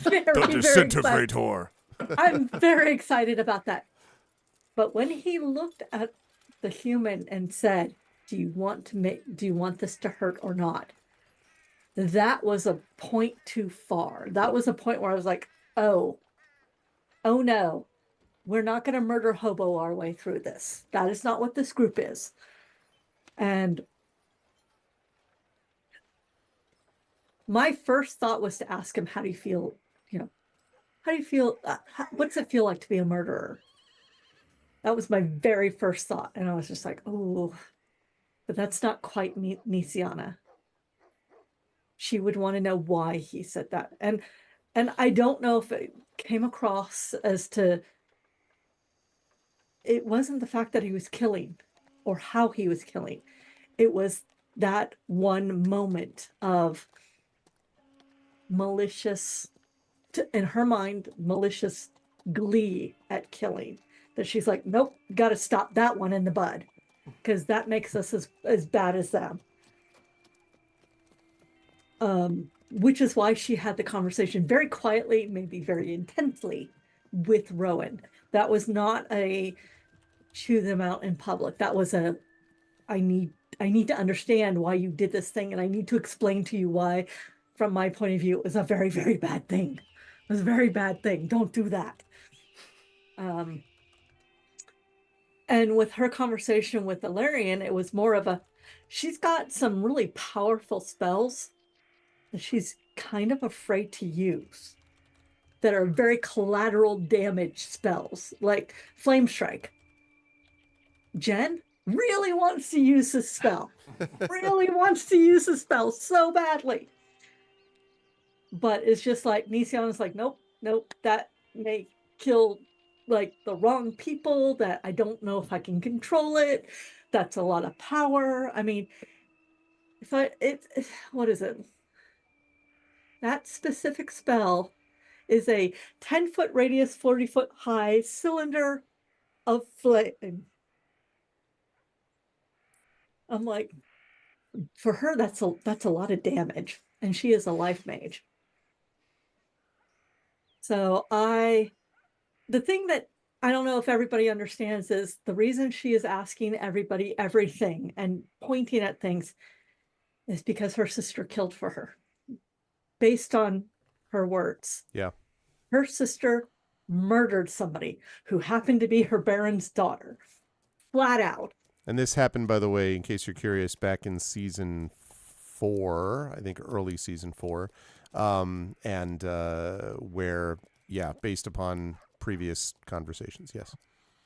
And because of that, she is really aware of words and power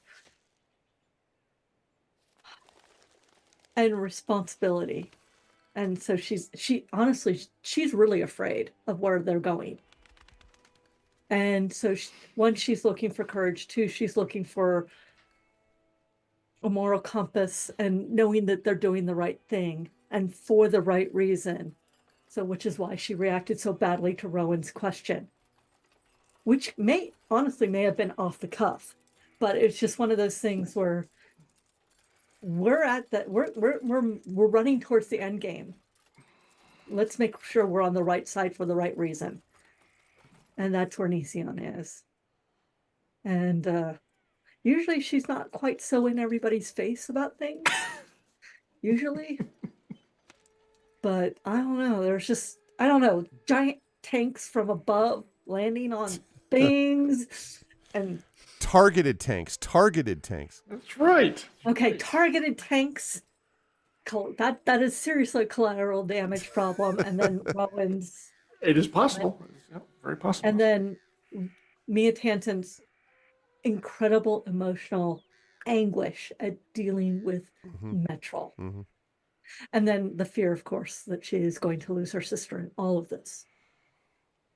So yep, that's where I am. And that's why I'm desperately trying to, or Nision is desperately trying to hold on to the fact that please let us be the good guys.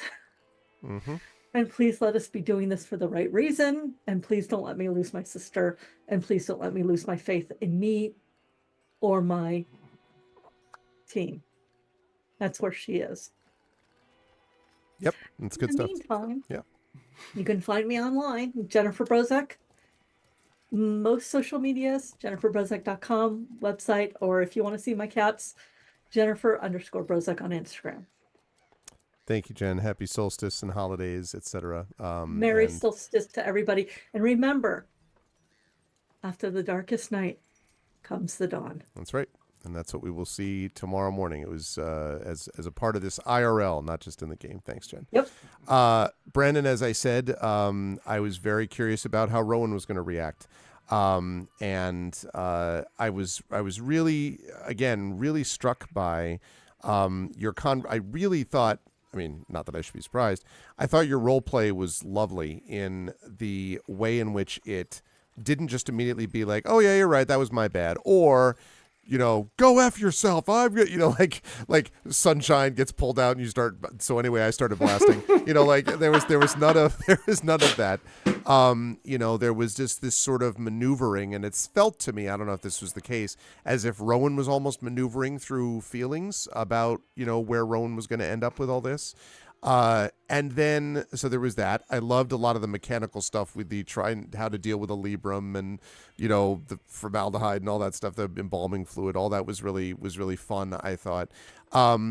And again, another lovely moment, as I said, that really gave that grace note, which was related to, as I just said, Tanton has that thing about in spite of everything. And then you said, and Nisiana says, well, I'll have your back. And then Rowan says, as always, right? Like that little grace note is really remarkable and continues this arc for Rowan. Not to mention the fact that Rowan is becoming this certified badass who can do all this incredible stuff. And that also is something like the Dispel Magic. I'll just casually cast a 6th level Dispel Magic. I mean, that will get rid of a Glyph of Warding. That'll do it. And so I really liked the way in which you were able to not just mechanically, but role play narratively through how Rowan is developing over time. So I found that really engaging and interesting in a lot of ways. How did you feel about it, and where will the lovely folks find you next? So I was very much looking forward to that Nisiana conversation, and then totally had no idea where it was going to start because I thought the question was going to be, don't you think that twin spelling and disintegrate on a singular combatant who hasn't actually drawn blood yet is kind of overkill? And I was like, no, look at the guy, he's covered in bones. So I liked that it went the way that it did, in part because that interaction in combat just kind of happened. It was just me following a trend of thought that was sticking with Rowan since Silver Flame, which was everything that we're doing still sucks, and I've only had a conversation about how much it sucks with Tanton. Right. So I'm still having feelings about the fact that everybody wants one of the most powerful artifacts ever to be created in the universe and is willing to fight us about their ideals for it and then prove to be the cruelest people on Earth. That the acts of their cruelty involves sacrificing dozens of innocent people's lives, that it also involves attempting to beat children to death. That we still have the MacGuffin and constantly have to think about the security and invisibility of the MacGuffin at all times. All of that has still been weighing on Tanton since we left that encounter. And in that span of time, I didn't actually get a moment to actually be candid about the fact that the only thing that I knew when we met the guy no Sphinx whose name totally escapes me. Flamewind. Right, Flamewind, is that even if this person is your friend, I'm prepared to delete them. I am like Rowan is going through it. Yeah. And the thing that mattered in that interaction with Nisiana is I get where you're coming from. Counterpoint. You didn't actually ask me how I feel yet. And that's what drove the interaction that I had in that moment. That yes, you are trying to tell me a thing that is valid for the purposes of our moral compass. But you still haven't actually checked in with me about my feelings, and that has confirmed that I'm actually a tool for which I have responsibilities to this team, and I need to figure out how to perform those things. And I'm very interested in drawing out that interaction until we possibly have it. That'll be really interesting if... At some point we need to get there. Because like that part of yes, I get that I'm a member of the team. Yes, I get that you have feelings about how we behave as a team. counterpoint. We've been through a lot. Why didn't you ask me about it first? Is something that I'm hoping we get to turn up the dial for at some point, because things have constantly gotten worse, because we had that interaction and then immediately gained another MacGuffin. Hey, not as I tried to impressive, light it but on still fire. dangerous MacGuffin. That's right. And all it did was turn into a smoldering version of itself. Hey, flaming MacGuffin. Side. Hey, it was a flaming MacGuffin. Quick side note, by the way. Please remember that during the time, now you had a week and a half or so of actual time where you were able to do some things. But I do want to note that when you have moments like this, take those times, even when it seems like you're moving from one place to another. Please give me or give yourselves I approach you because I wanted to talk to you about XYZ. Like, there are very few occasions where I'm going to be like, nope, sorry, I have no time for role play here. You know what I mean? Like, I'm not going to do that. So just be aware that seconds. Not in combat necessarily. Like, if I wanted to set up a small sanctuary specifically for spell in Sanctuary or Salvation. Yep. I don't know where to shove that in there. So well, that's okay. But I think you can lay the groundwork, and you don't even have to RP this groundwork. To be clear, you could just lay the groundwork of, before we leave to do whatever. I talked to Mother Johanna about the following 3 things or whatever, and that could be something that they start rolling, and then you could see that in between sections, when you come back to Salvation. So there are ways to do it. I mean, again, as I say, there are. That was kind of what Ilarion did, honestly, in setting up a relationship with early on with Sheriff, and then later on with Zodar a bit, and then Rowan had this big separate, encounter with Zodar.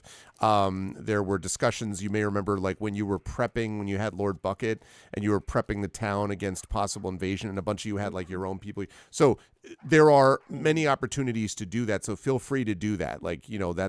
That's fine. And I encourage it, obviously, because it leads to much more powerful, richer moments as the main thing is going along, because it's informed by all those stuff, like the Die Hard point, right, that we've talked about before, which is that why does the main sort of thrust of the story matter as much as it does?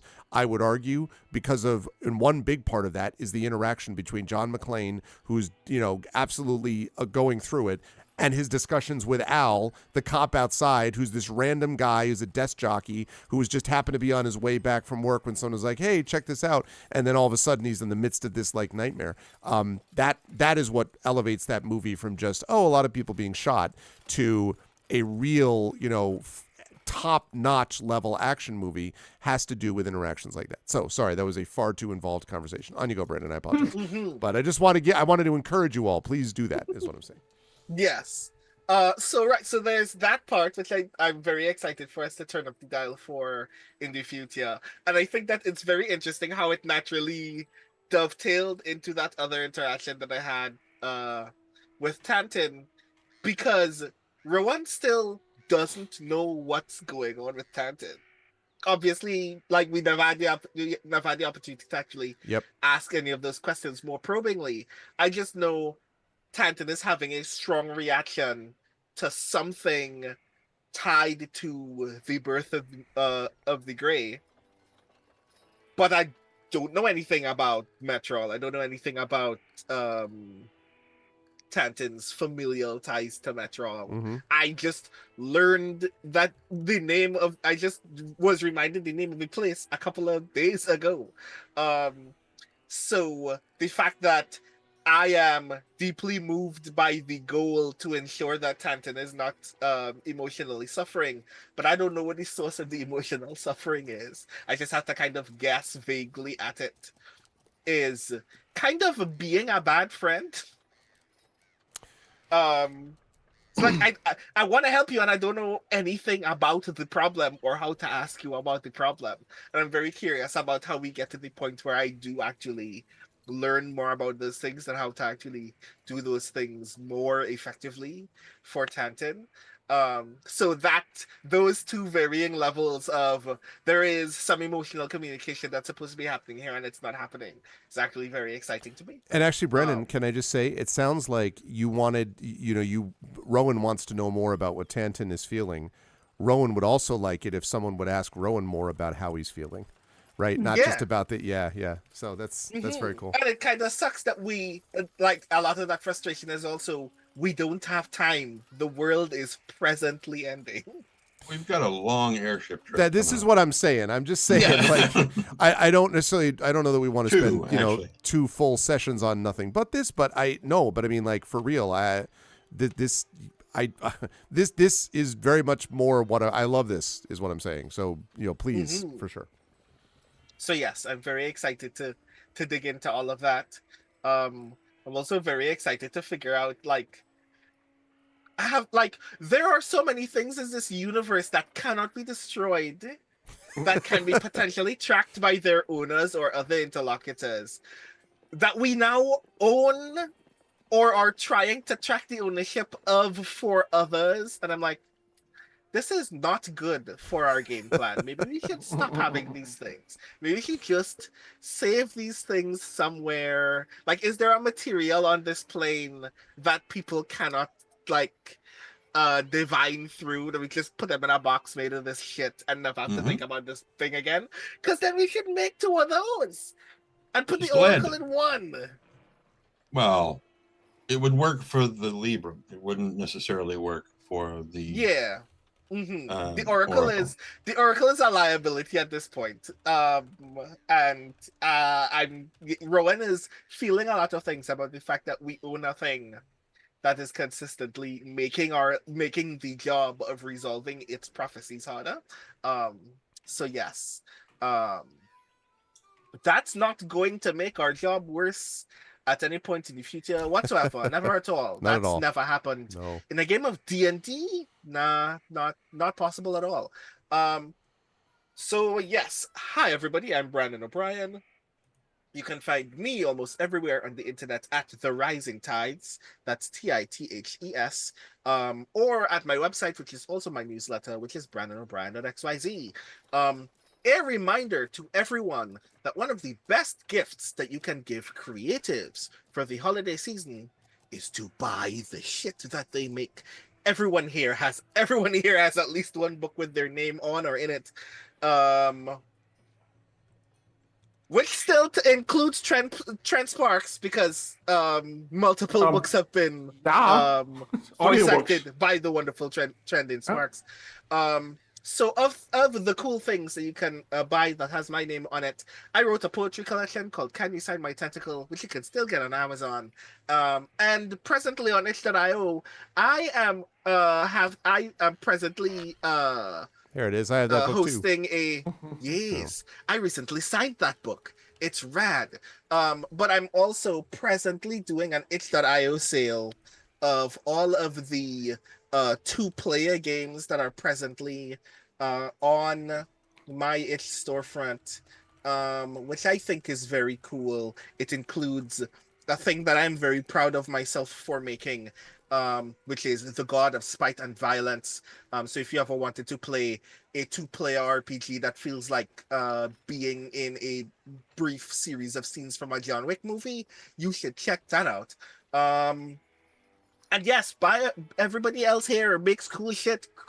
Buy Greg's Grey Shed books. Buy every Shadowrun book that Jen has written.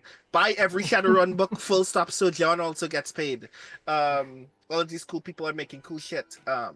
And the best way to support them for this Christmas season, even though we will not see that money until March or April, is buy our things. If we're lucky. And buy Marie's awesome fantasy books too. Absolutely. That's true. Yep. So the next place that you will see me is, I guess, on Twitch again, either for the next session of this sometime in January, or sometime in January, as previously mentioned, I will be hosting a rewatch and discussion of this year's Kohaku Utagassen with our good friend Iori Kusano. That's date and time TVA. But if you want to hear me have a lot of feelings about the opening theme song for Dan Da Dan. You should definitely check that out when that happens. And then sometime in February, I will be at Capricorn in Chicago. Hopefully crossing all my appendages. So if you are physically in the Chicago area when that happens, that will be rad. And I think that's everything for me. So yes. Good stuff, Brendan, as always. And also, by the way, don't forget that I'm just making sure, double checking on one thing. Yes. February 20th, Brandon and Marie and our mutual friend, acquaintance, poet, person, Brian Talwara, are going to be part of an event happening at my university, which I believe we haven't quite figured out the title, but it's something along the lines of The Telling of Tales, International Storytellers in Conversation. And it is going to be an event happening on February 20th. It is going to give each of them a chance to do a reading for a group that will be on the St. John's campus in Queens, and then that will be followed by a discussion moderated by myself of these three storytellers about storytelling in the modern world and what, why we need it and the need for narrative and so on. And then that will be followed by a reception and a Q&A and all that kind of good stuff. So that's all happening at my university. I don't know yet if it's available to the public. I'm finding out. I'm trying. I hope that it is. And if it is, then I will give people details about it if you were in the New York City area, because I'm very proud of it. I'm proud of my university for sponsoring it, and I'm obviously really happy that my friends here will get a chance to be a part of it. So that's another thing that's happening. In addition to Gray Shade coming out next year, for sure. It will definitely be out next year, by the way. And it will be available and coming out, so you'll definitely want to check that out too. So thank you, Brandon. Good stuff today.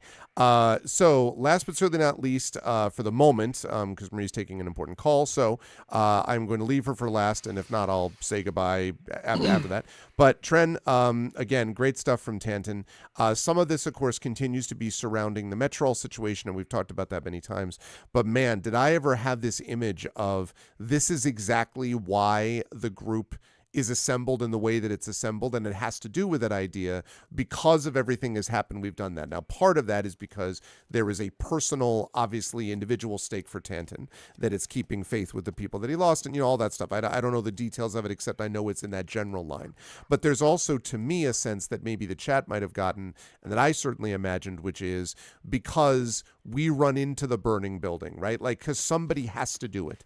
And, no one necessarily wants to be in that position, but they have to do it, except you're not doing it on an island. You're doing it with these other people with whom you fought countless battles and all that stuff. So that, with Nisiana's combination, then as I said, that lovely grace note from Rowan, was really very, to me, like sort of a meta, like, here's why it's called the King Citadel. Like, that's why, right?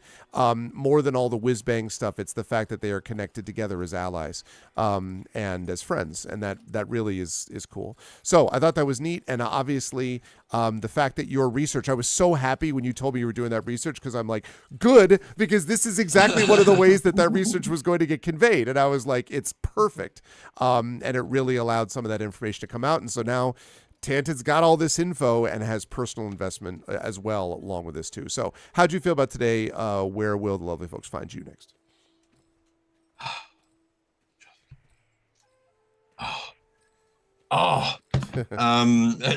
Watching Nisiana reach like a new level of no, wait, no, kind of thing. I was sitting here imagining the various characters that I've played before, between Fifely and Weller, and like, how would they react to this? Because I know, well, of course I know how they would react.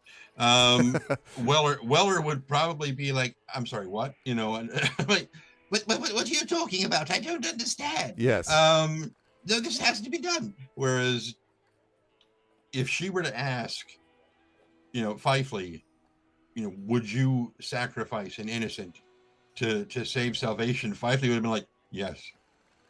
There would have been no hesitation whatsoever.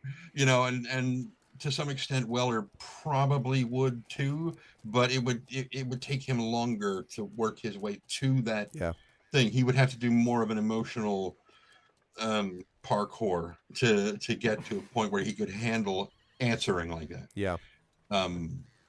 So, yeah, I was so tempted, so very tempted when when they were having the conversation, and Jen, you mentioned that she was specifically speaking loud enough to make sure that Tanta could hear that when at that point I realized that she had asked, would you sacrifice an innocent? It took everything I had not to just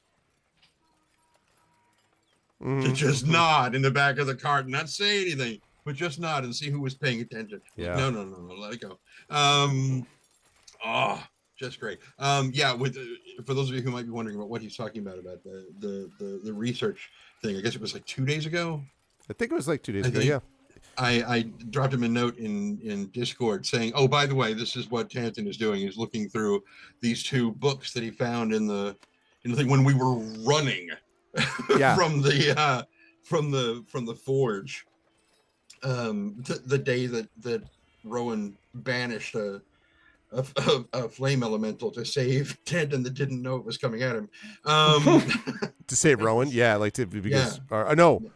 No, Rowan saved Tanton. Rowan saved Tanton. Sorry. Yes. Tanton was working on something else. Yep. He was working on the source sled. Yep. And didn't know the thing was coming at him because his dragon marks were lit up, and the elemental was like, one of you put me in this thing. Yep. And anyway, and there's more. There's definitely more. I mean, we are scratching the surface of Tanton's deal with Metrol.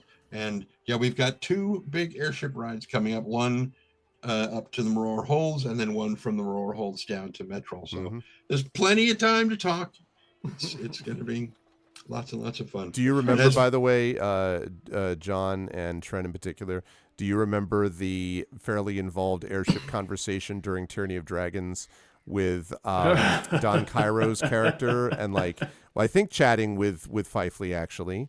With Gesma, talking with Fifely, and there were like a couple of those same kind of like looking out at the world below as you travel, and then like talking about deep, involved things. Anyway, airship convos sometimes lead to that. So was that when we were going from Baldur's Gate to Thay?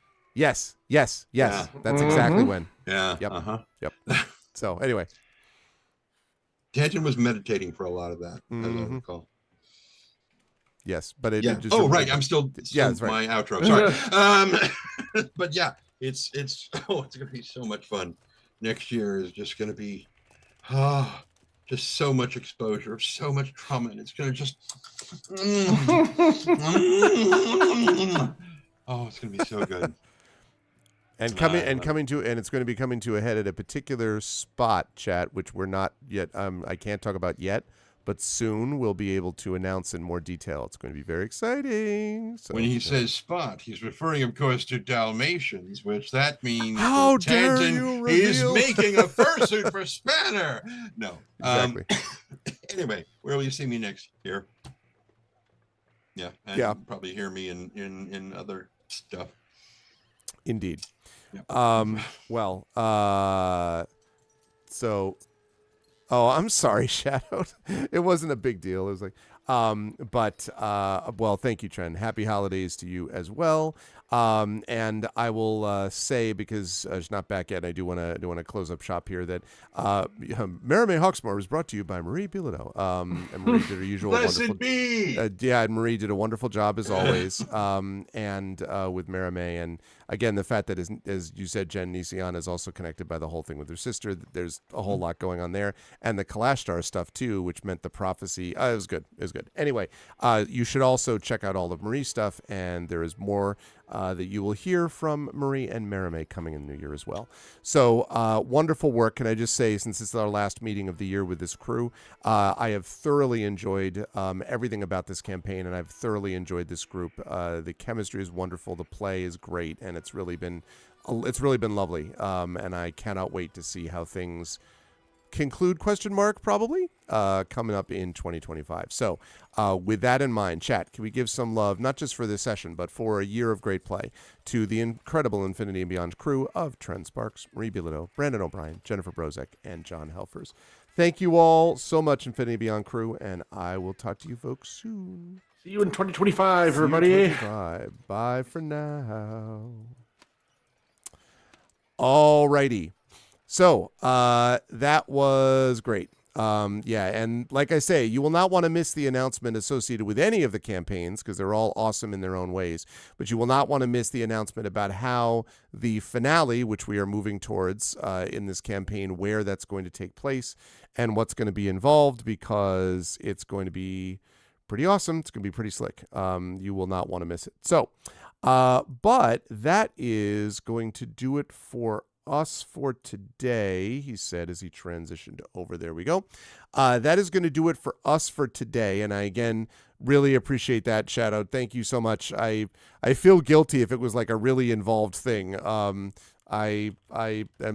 sorry. But it just was something I noticed when I was like, looking at the screen and they were doing things. I'm like, oh yeah, this is not actually the same as the other one. So anyway, Shadowed is the one who did the incredible Eberron overlays, in case you wonder what I'm babbling about. So I'm excited, and I will check out the new updated minor tweak overlay shortly here. So, if you like what you saw and heard today, I hope you will follow the channel. I hope you will check out our YouTube with !ArvTube. And thank you to those of you who are watching today over on my YouTube channel. Please subscribe over there. Every new subscriber there is a record, because we're at a record high. We're trying to get up to 1,100 subscribers and beyond, so please do that. Discord, please join us on our Discord channel, !ArvCord. You can hang out with the Arvanauts in between streams. Twitter is !ArvTweets. Blue Sky, !ArvSky. Definitely trying to push people more towards the Blue Sky realm over time, because I'm hoping to get out of Twitter pretty soon, but you can follow me on both of those places for now. Also, my website is arvanelleron.com for this stuff, and you can check out my podcast Hearthglow, which is going to have its last few sessions coming up over the next few months, last long recorded sessions, and then Triffid is doing the audio editing for that, so that is very cool.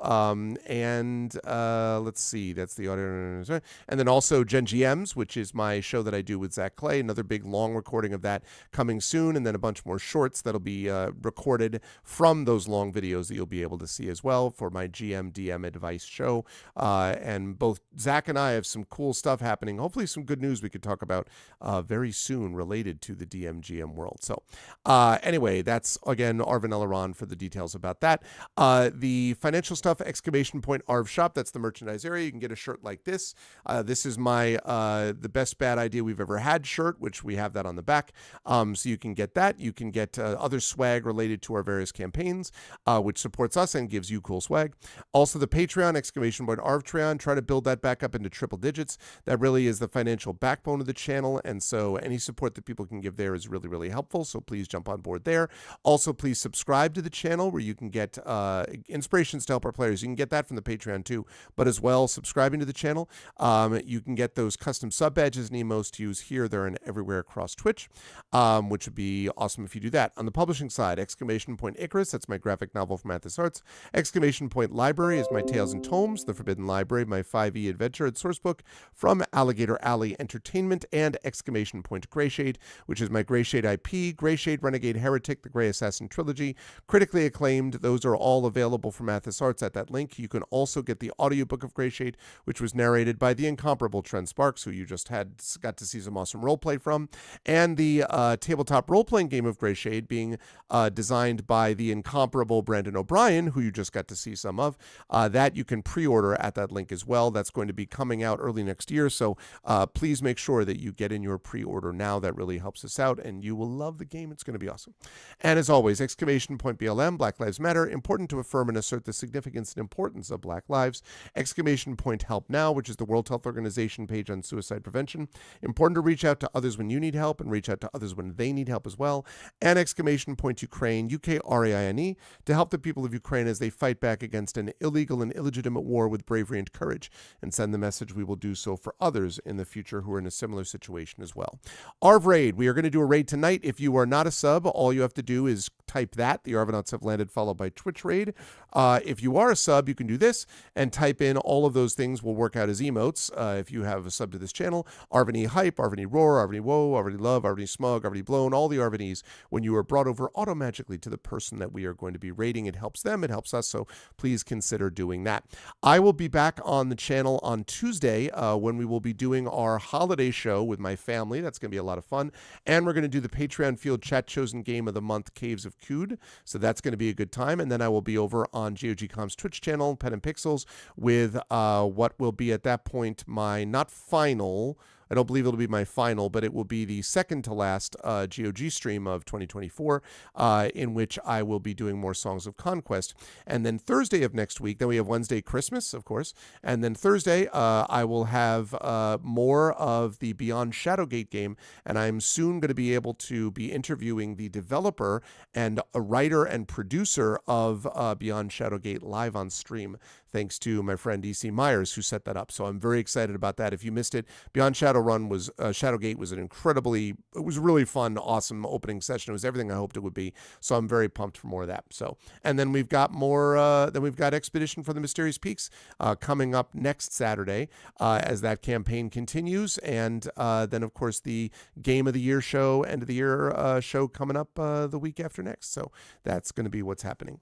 For now, I want to thank all the wonderful people who made this an awesome stream. Thank you to my wonderful mods, Prince Justin, Shadowed Mage. Again, thanks, Shadowed. I appreciate it. The Rising Tides and Triffity Mets. Thank you. They're best mods in the business, as I've said. Thank you to my wonderful Patreon supporters and subscribers, Prince Justin, Shadowed Mage, Rising Tides, Triffity Mets, Light and Passion, Marie Bilodeau, Radio Johnny Panda. And thank you to my wonderful viewers. Thank you to Baron Walter. Thank you to Butthurt Gamer, Dragon Spear, who was lurking, obviously. Thank you to Aturo. Thank you to Gon Eden. Thank you to Gaia Shield, Jagtris, Levas. I haven't seen Levas in a long time. Hey, Levas. Thank you to Nonstop and to Trendane. And Kaz was here earlier as well. Thank you so much to all of you. And thank you again for the last time in 2024 to the amazing Infinity and Beyond crew of Trent Sparks and Marie Bilodeau and Brandon O'Brien and Jennifer Brozek and John Helfers for being awesome and continuing to move this now very high-level campaign to ever greater heights as we move into the final year of that campaign. So very cool, very excited for that.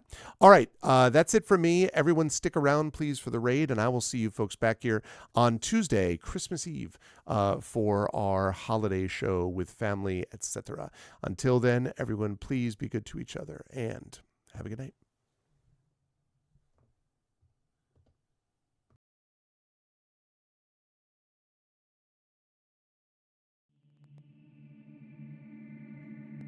Most folks in Eberron live their lives hoping to survive and protect the ones they care about the most. A few do that and more, trying to help those around them, even the ones they don't know. But only one group does all that when no one else can. The King's Citadel, the ones who do the job no one else can do. Valerian, the Shield, a star-forged Aegis whose strength lies in their shield, their armor, and their will to keep the Citadel and its mission safe, no matter what the cost. Merime, the Sword, a Kalashtar bard whose dreams predict doom and disaster, so that her skill in battle, insight into the hearts and minds of those she encounters, and love for her sister and the Citadel is more necessary than ever. Tantin, the Brain, a dragon-marked human artificer whose jovial demeanor conceals a deep curiosity, razor-sharp intellect, and long memory. He knows what he did for the last war, and he knows what it did to him, and how much worse the next war could be. Nisiana, the Heart, a dragon-marked halfling healer whose love for her sister is matched only by her desire to help and heal the members of the Citadel. She's grown wiser and more wary, yet even in the midst of doubt, hope remains.